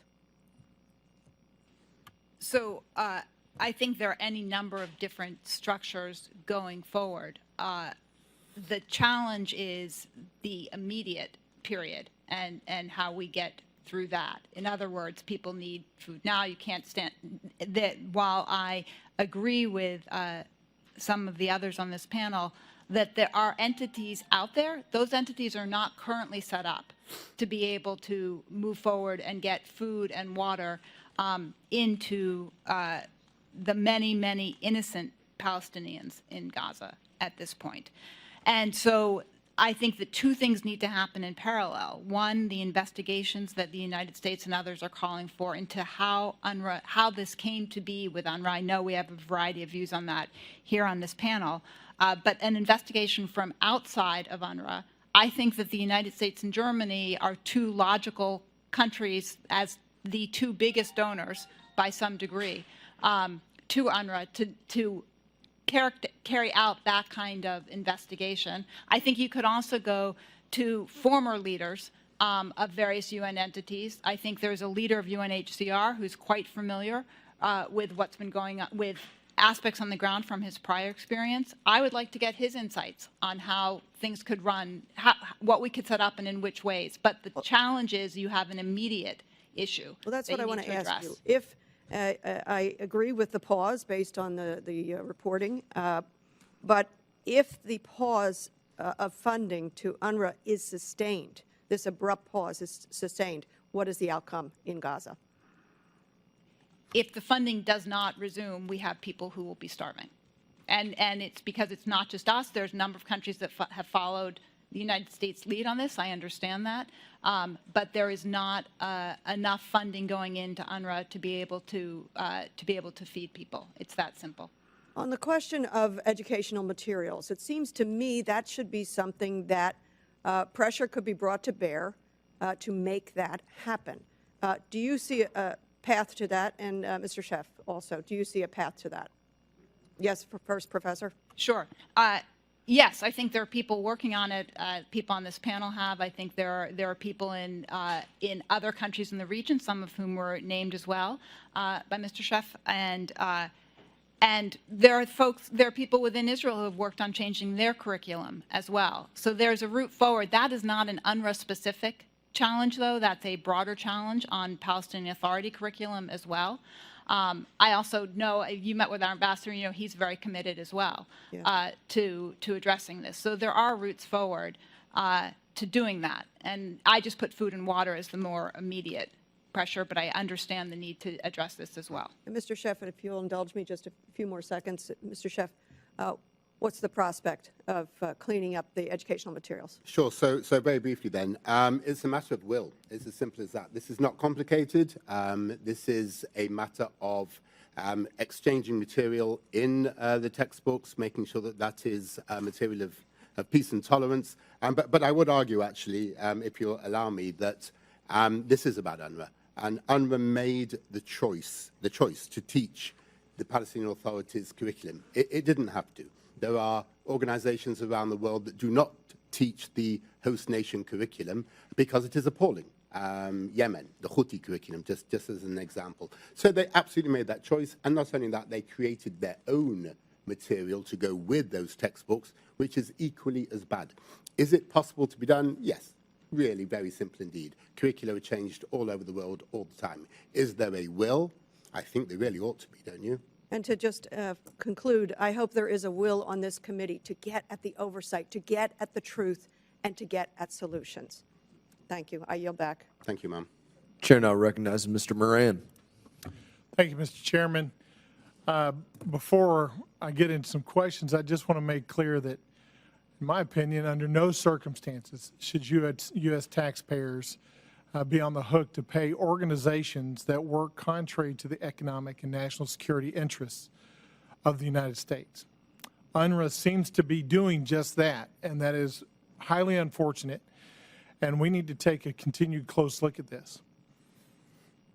Most notably in connection with recent events in Israel, UNRWA has a history of perpetuating the problem through indoctrination of children to hate Jews, instigate violence, hate the West, and in latest reports, even hiring persons linked to the Hamas terrorist attack in Israel. It's totally unacceptable. Mr. Goldberg, I want to ask you a couple of questions in regard to that. I thought I understood Ms. Rudman to say that there's other organizations that exist, but none of them really are equipped to do this work that UNRWA is doing. Is that the case, or are there other private organizations outside of UN control that can do substantially similar items and complete the same mission that UNRWA purports to do now? It is 100% false. How do I know that? This isn't the first time we've had a conflict in the world where we had to move quick funding for humanitarian support. The UN moves at our direction. UN agencies move at our direction and the money. Follow the money. Follow into conflict. We move very quickly when we want to set up relief for people in need when there is crisis in the world. We have done that for decades. There are organizations that exist. I have heard this argument now repeatedly from members of the committee. UNRWA is indispensable. What's the alternative? If we cut it off, we're going to just have horrific suffering and loss. Well, let me take that logical argument to the next level, because this is really important. Hamas runs the health ministry in Gaza. Hamas runs the utilities in Gaza. Hamas runs the Ministry of Tourism and Trade and Economy in Gaza. My goodness, we have no alternative to Hamas, I guess. Hamas should stay. Is that the logical conclusion? Would any of those members say, we want Hamas to stay in charge of Gaza? What's the alternative? No. So why would you make that case for the United Nations Hamas Relief and Works Agency? I agree with you, Mr. Goldberg. In fact, I find it ironic that we're sitting here talking about supporting an organization that purports to support the plight of refugees when oftentimes they're the ones that are causing a lot of the suffering, or at least contributing to the cause of the suffering by supporting organizations like Hamas. And I noticed that when we talk about how UNRWA selects its employees, they do some background checks, but those checks don't include checks that would exclude Hamas-connected individuals. Is that true? Correct. If you look at their statement and the agreement we have with UNRWA, they reference United Nations sanctions lists, not U.S. designated foreign terrorist organizations, and certainly not the U.S. intelligence community. Yeah, and I think that I hope that all of us on this committee would agree that when we look at what happened on October the 7th and subsequent to that, and the plight of the refugees in this region, the cause, the proximate cause, the single cause of that is Hamas and the hatred behind Hamas's attacks. Would you agree with that as well? Yes, sir. So what's preventing the United States from redirecting the $300+ million that's presently going to UNRWA to another organization that has no ties to terrorism, no ties to Hamas, that could accomplish much of this same thing? Political will. That's what I thought. Wouldn't it be better if we actually had the political will to turn away from entities and organizations like UNRWA that embrace organizations like Hamas, and for the United States to say, no, there is a better, more strategic pathway that we can take, and that is to support organizations that can accomplish the mission and are strategically aligned with our friends and allies, and frankly, with just morality itself. Would you agree with that? Yes, sir.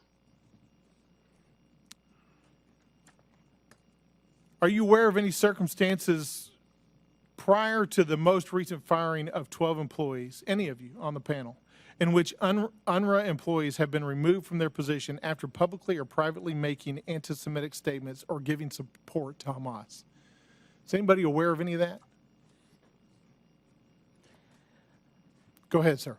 I'm not aware of a single case, and we've talked about hundreds, where we've talked about UNRWA teachers, school principals inciting to jihadi terrorism and the slaughter of Jews. I'm not aware of one case that UNRWA has communicated to us where they have fired that individual.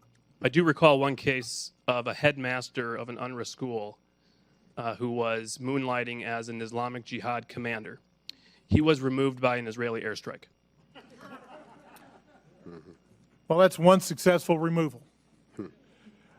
Do any of you have any analysis on how the curriculum for these children, when UNRWA goes in to educate children in these areas, how's that curriculum developed? And one of my big questions is there any part of the educational curriculum or programming that is overtly pro-American or pro-Israeli that teaches the benefits of democracy? So, really important question. The curriculum is developed in Ramallah.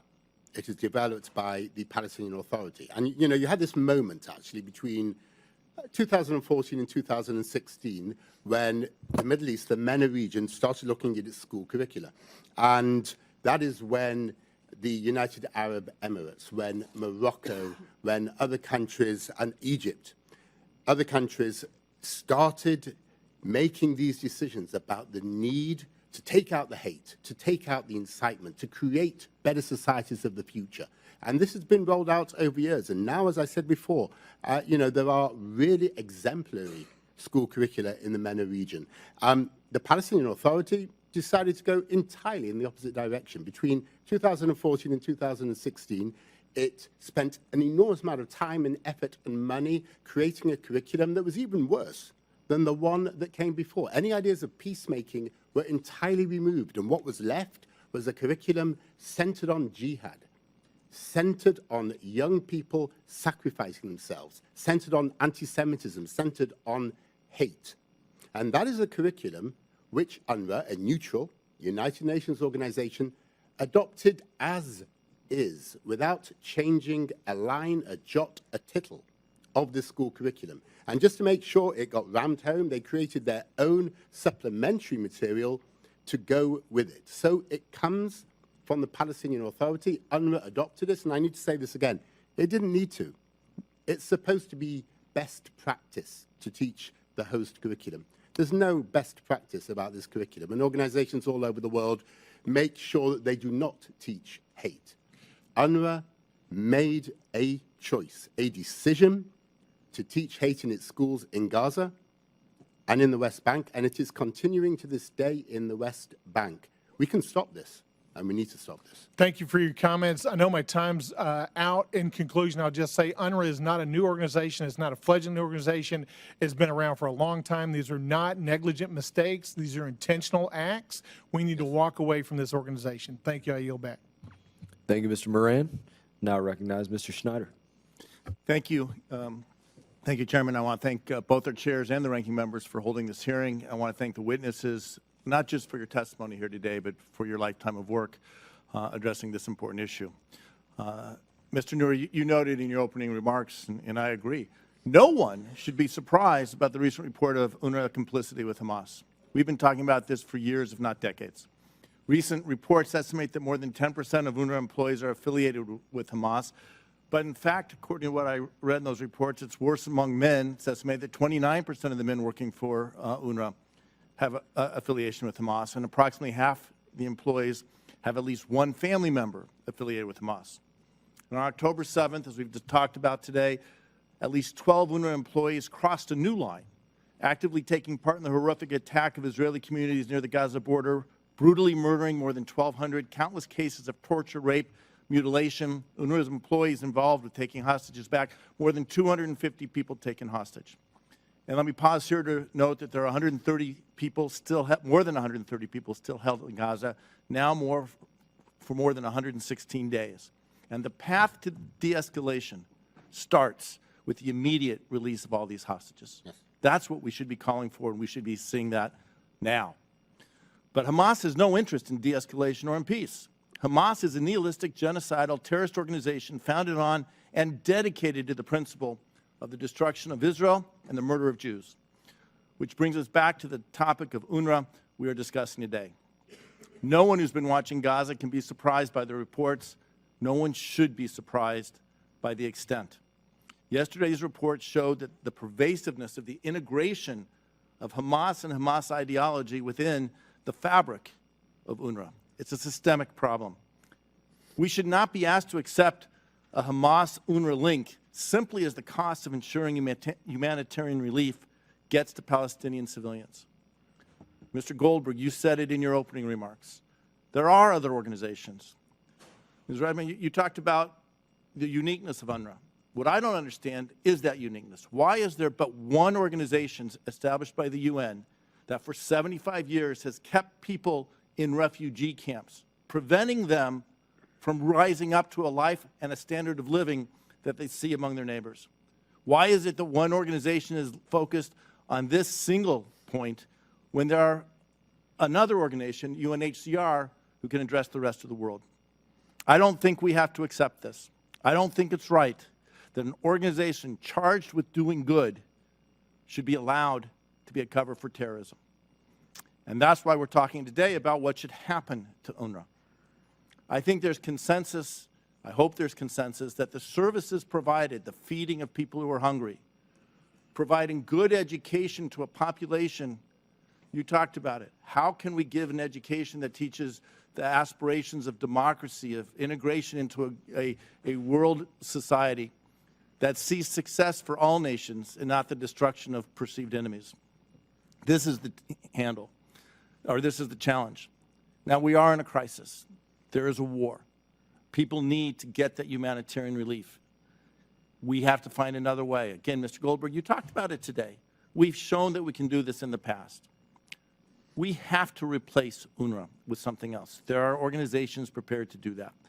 My question as we talk about it, because it's not just food, it's desalination of water, it's handling of sewage, it's the provision of shelter, and obviously education. There are other organizations, but based on Mission Order 21, a lot of these organizations are prohibited for dealing with Hamas, having any contact with Hamas. The reality is Hamas is there. Can we get support from organizations like the World Food Program to bring more help, more flour and bread and food? Can we work with the Office of Coordination of Humanitarian Affairs to assist with emergency coordination? I support getting rid of UNRWA. I support the administration's decision to suspend it. But my question is, as I have 29 seconds left, are there ways to deal with this, to get around this prohibition of having any contact whatsoever with Hamas? I'll leave that with the last few seconds. Ms. Rudman? So I think what you're talking about is the U.S. prohibition. And in fact, there has been assistance that has gone in for things like water and electricity, which is not controlled as directly as some others might have said.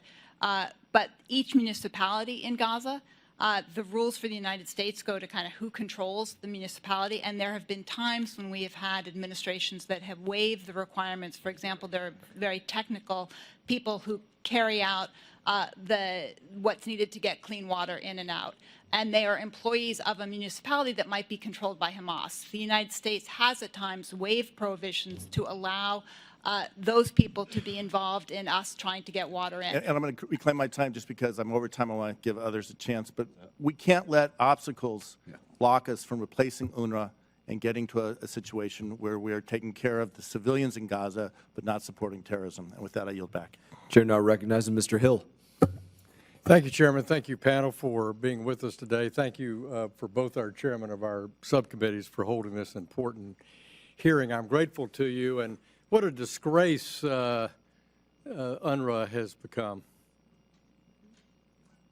You know, I was thinking about the whole world that the UN attempts to provide care and service to. You know, think about it. It's a massive task. And yet UNRWA has a budget of about almost $1 billion, employs 30,000 people, 13,000 of which I think are in Gaza, or were. And then the Commission on Refugees, taking care of the whole rest of the world, has a budget of $10 billion and just 18,000 employees. Let that sink in. Mr. Goldberg, you know, what's wrong with this picture? Could the UN Commissioner on Refugees handle this work and just abandon, since all the countries are disgusted with that $806 million or close to $1 billion with UNRWA, why didn't this just get transferred to the UN Commission on Refugees? Let's pick a handful out of the 13,000 that are effective. What do you think? That has been the obvious solution for decades, but for the United Nations inherent systemic structural bias against Israel, support for UNRWA's mission of trying to instigate incitement against Israel. That is the only reason it hasn't happened. So you're charging that the UN itself is the most anti-Semitic organization on the planet? Is that what you're saying? Well, 100% correct. Yeah. Documented by UN Watch and others. But I would say Ms. Rudman said something before, and it's very, very much a flag. Don't go to ask UN High Commissioner of Refugees, is it okay? Would you like to do this? The UN Secretary General is already circling the wagons to defend UNRWA. If you ask the UN, what do you think? The UN, we know what they think. They hate Israel. We tell them what to do. Our taxpayer dollars lead the way, not the other way around. Thank you. And I thank you for that. I want to shift to Mr. Schiff. Thank you for testifying. Thank you, sir. I've spent a lot of time looking at curriculum, education curriculum. Most of the time in Egypt, I'll say that's an area that I've spent quite a bit of time. And you see, you've reported in your testimony some successful curriculum changes in the UAE, Saudi Arabia, Morocco. Mr. Moran was just talking about this. And, you know, even though the Commission on Religious Freedom has done a particular study on the Egyptian education system, still we struggle with proper terminology and proper framing for Christianity and the Coptic Church, for example, in Egypt. How did you find the countries that have broken the code and found success? What was the key point on that you would share? A really good question, sir, and I'll try and answer it very, very briefly because it's such a big subject. If I could, though, just refer back to the point you made before. UNRWA is, frankly, not even good at this distribution job. Last Saturday, they actually asked that there would be a stoppage of trucks going through Kerem Shalom because they couldn't cope with the volume. So let us not think that this is actually their area of expertise. It really isn't. In relation to curricula, countries change their curricula for their own reasons, not to make the United States or anybody else proud of them or happy for them, but because they want to create societies of the future which make sense to them. You know, for MBS, it is about Vision 2030. It is about a Saudi Arabia that is more open, that is able to trade with the world, that is less dependent on oil and gas. And there's no question that a curriculum which prepares young people in a tolerant, open, peaceful way will go a long way to a country which in 2030 will be more able to do that. The UAE, Mohammed bin Zayed, made exactly that determination in 2011 and drove a quite remarkable change because that is the UAE he wanted to see. And anybody who spent time in Dubai, in any other part of the UAE, can see how successful that has been. Egypt. Well, I would hope then that leaders in those countries would help lead the change in these more reluctant countries, including, let me say, I'm a proud supporter of Christian education in the West Bank through the Catholic Church, and yet history starts at 600 AD, and I'm not sure that's the right way to teach history, so let me yield back. Thank you. Thank you, Mr. Hill. Chair now recognizes Mr. McCormick. Thank you, Mr. Chair. I'll make this fast because I got a lot to go over. We've talked a lot today about the 12 UNRWA employees, but those 12 employees are just the tip of the iceberg when you talk about possibly thousands of employees loyal to Hamas and anti-Semitic and anti-American interests. Over the years, this organization that we spend about 28% of the UN's budget is supported by the United States, and yet this organization has thousands of allegations of child trafficking, rape, murder, theft, embezzlement, with almost no accountability. I was in Uganda in 1994 as part of Operation Restore Hope, watched UN leave and watched almost 1 million people be killed. And if you look at the UN's history, and their involvement in foreign countries. Let me list some of them: Congo, Somalia, Rwanda, Libya, Angola, Sierra Leone, Sudan, Haiti, Afghanistan, Bosnia-Herzegovina, Yemen, Iraq, Iran, just to name a few. How's that been going? Mr. Noor, there have been hundreds of resolutions of the United Nations condemning Israel. How many have condemned the Palestinian administration? I'm not aware. The one that condemned, the one that was run by Hamas, by the way. I'm not aware of any resolution condemning Palestine. Nor am I, but there have been hundreds against Israel, usually in the double digits per year. This is the United Nations, by the way. The United Nations, that organization which we fund 28% of. I know that UNRWA oversees Gaza's educational system, and for years it's sectioned the textbooks used that have, quote, encouraged to sacrifice their blood to liberate Jerusalem, with terms such as, quote, jihad warriors, including the attempting to erase Israel's existence and legitimacy. I know that you, Mr. Noor, have been against the appointment and nomination of Mr. Pierre, along with 18,000 other folks. Can you tell me exactly why Mr. Karenbol should be opposed? Thank you, Congressman. Look, the Red Cross on its own has failed to meet with any of the hostages that are being held in Gaza, and that is shameful. In addition, beyond their diplomatic failure, in their public statements, we've counted 10-to-1 their statements are in favor of the Hamas narrative and biased against Israel. The notion that they would now appoint Pierre Krahenbuhl, the former head of UNRWA, who was forced to resign in disgrace, is shocking, and we oppose it. He was forced to resign in 2019 in wake of a major corruption, abuse of power, and ethics scandal, which included allegations that he had a very inappropriate relationship with one of his staffers who was paid $200,000 a year, and the Swiss government paid for it. Several countries suspended funding in 2019 in wake of the scandal, including Switzerland, Belgium, and the Netherlands.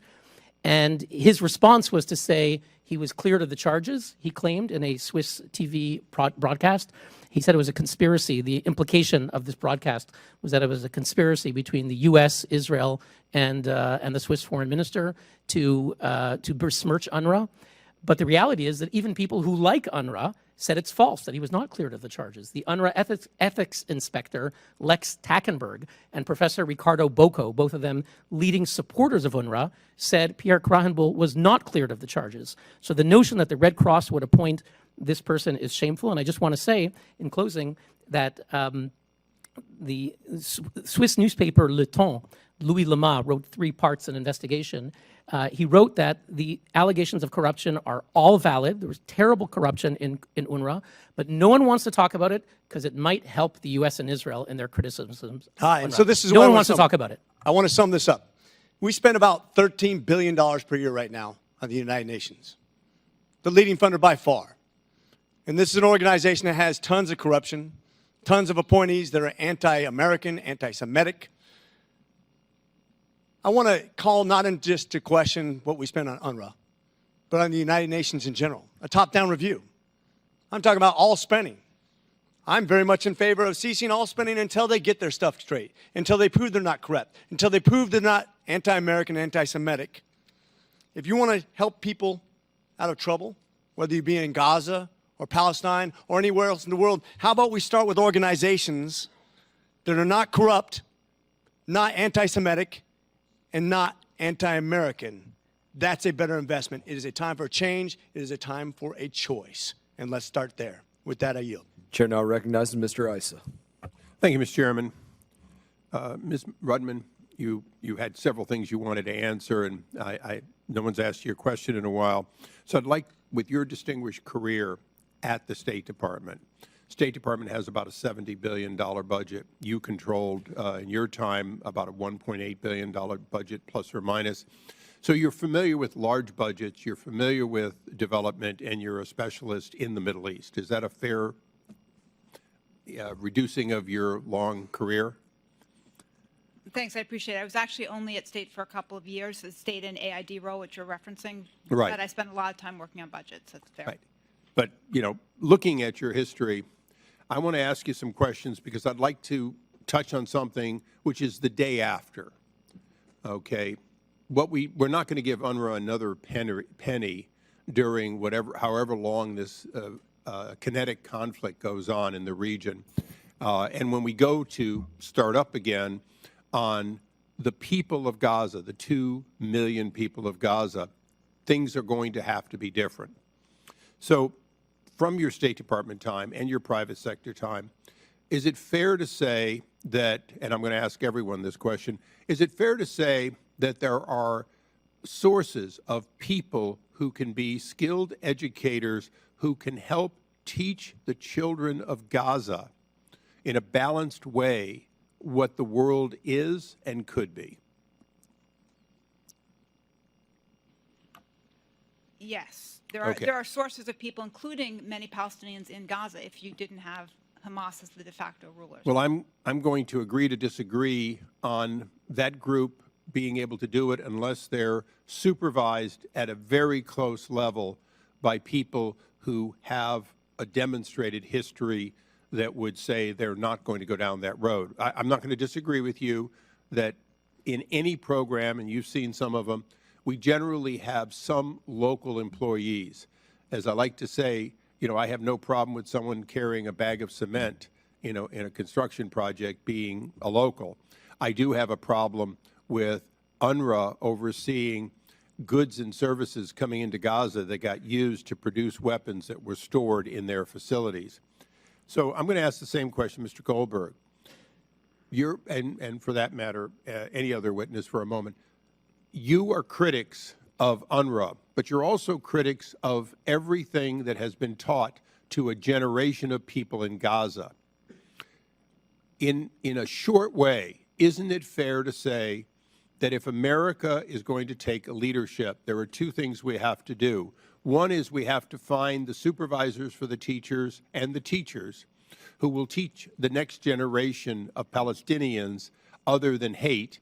And two, that the United Nations has not historically demonstrated ability to be that NGO that can do that. Is there anyone that disagrees with those two assumptions, that the record of UN is poor and that we must change the teachers of the children of the next generation of Palestinians? No disagreement. Yeah, no, okay. No disagreement. And just to say, there are seriously skilled pedagogues in MENA who can be helpful. You need to change the textbooks. You need teacher guides. You need to train the teachers. You need accountability. You need transparency. It can be done. And just quickly, the top funders, the people who are giving the money for UNRWA, it's an interesting who's who, with the United States being such a large one, followed by Germany. And in the top 6 is Japan.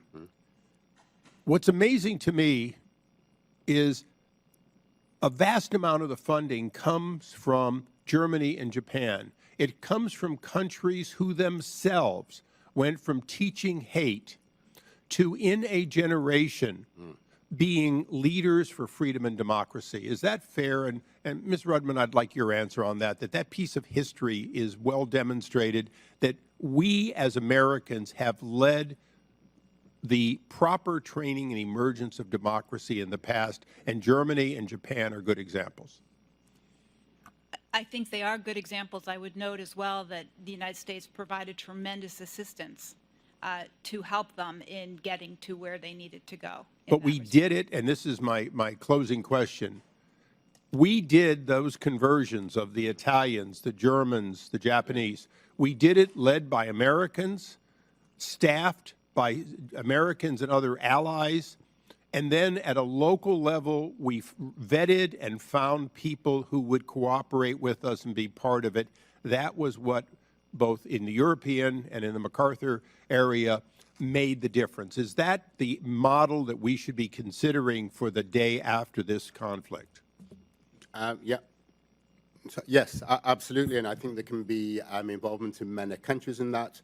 I think Germans who I'm speaking to, utterly horrified about their efforts being turned into the horror show that education is. By the way, the Japanese are giving money specifically to scientific education. I wonder how they think about math being taught by adding up martyrs, about physics, Newton's second law being taught by telling young people to endanger themselves. So yes, their efforts are being made into a joke, frankly.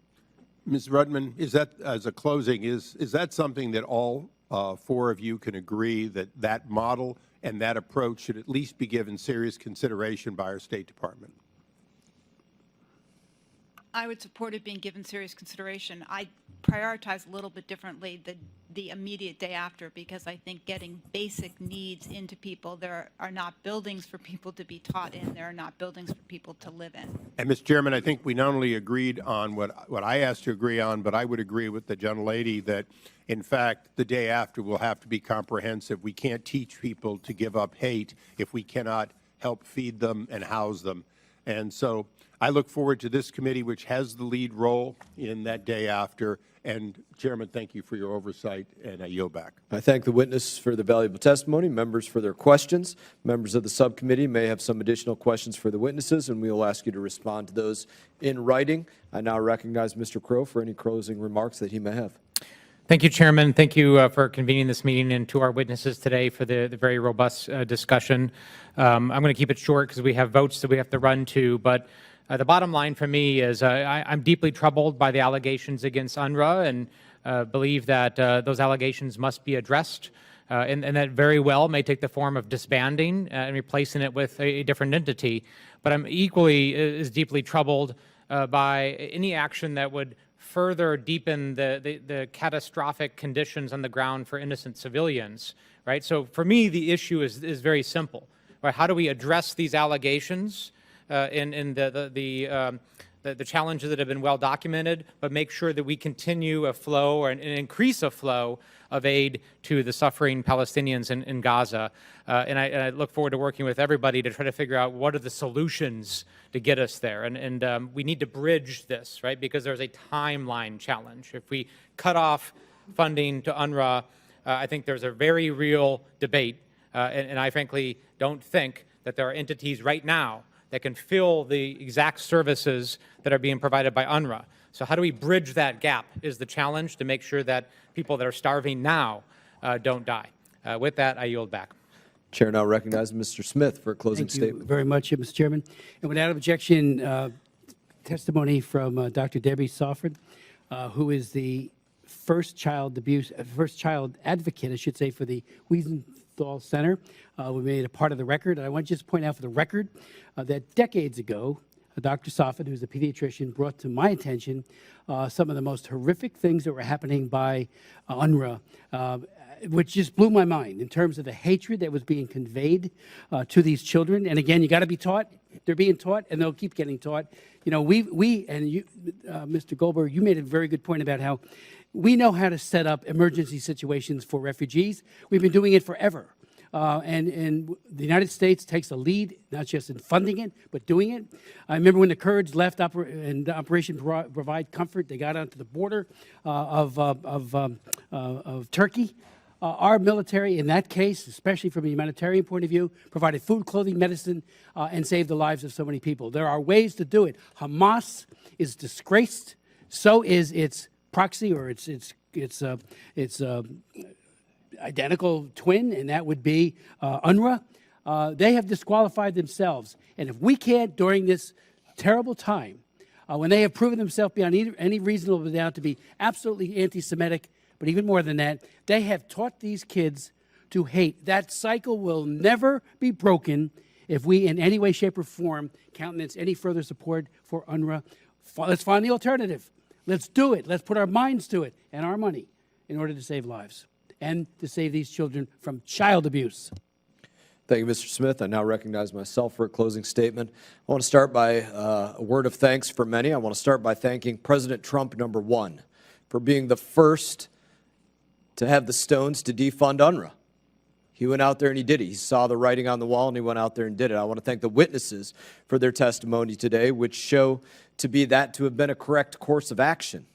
You all provided vital information, context, raised important questions about UNRWA, and UNRWA has a lot to answer for. We reached out to UNRWA's Commissioner General, Mr. Philippe Lazzarini, requesting that he appear before this committee and the American people. In his response, which I will introduce for the record, while declining to appear publicly, Mr. Lazzarini goes on to tell us a number of things. That UNRWA is committed to neutrality, he said, that UNRWA conducts quarterly integrated assessments of their installations and to ensure adherence to neutrality. I guess these assessments must have somehow missed the missiles, the weapons, the anti-Semitic textbooks in the schools, and the terrorist tunnels being built underneath them. He must have missed that 10 to 15% of the employees are tied to Hamas. The letter goes on to tell us that UNRWA has a zero-tolerance policy with regard to staff neutrality, and yet we know that at least 1,200 UNRWA staffers have direct ties to Hamas and other terrorist organizations, and at least 12 staffers who were directly involved in the October 7 attacks. My assessment today is that the administration will likely ignore the facts and go back to funding UNRWA at some point. And I say what was said here before. I'll repeat what was said in this hearing. Essentially, I'm going to say this. I'm going to paraphrase the way that I interpreted this. There are many here that are not here to defend UNRWA, but they will support continuing to give UNRWA the earnings, the dollars of the American people with no threshold for bad behavior. That can't be the course of action for Congress, for the administration, for America whatsoever. I can tell you that to expect moving forward, we will be introducing legislation to claw back any recent dollars that were sent to UNRWA. And in that, I thank again the witnesses for their testimony. Pursuant to committee rules, all members may have 5 legislative days to submit statements, questions, and extraneous materials for the record, subject to length limitations. And without objection, this committee stands adjourned.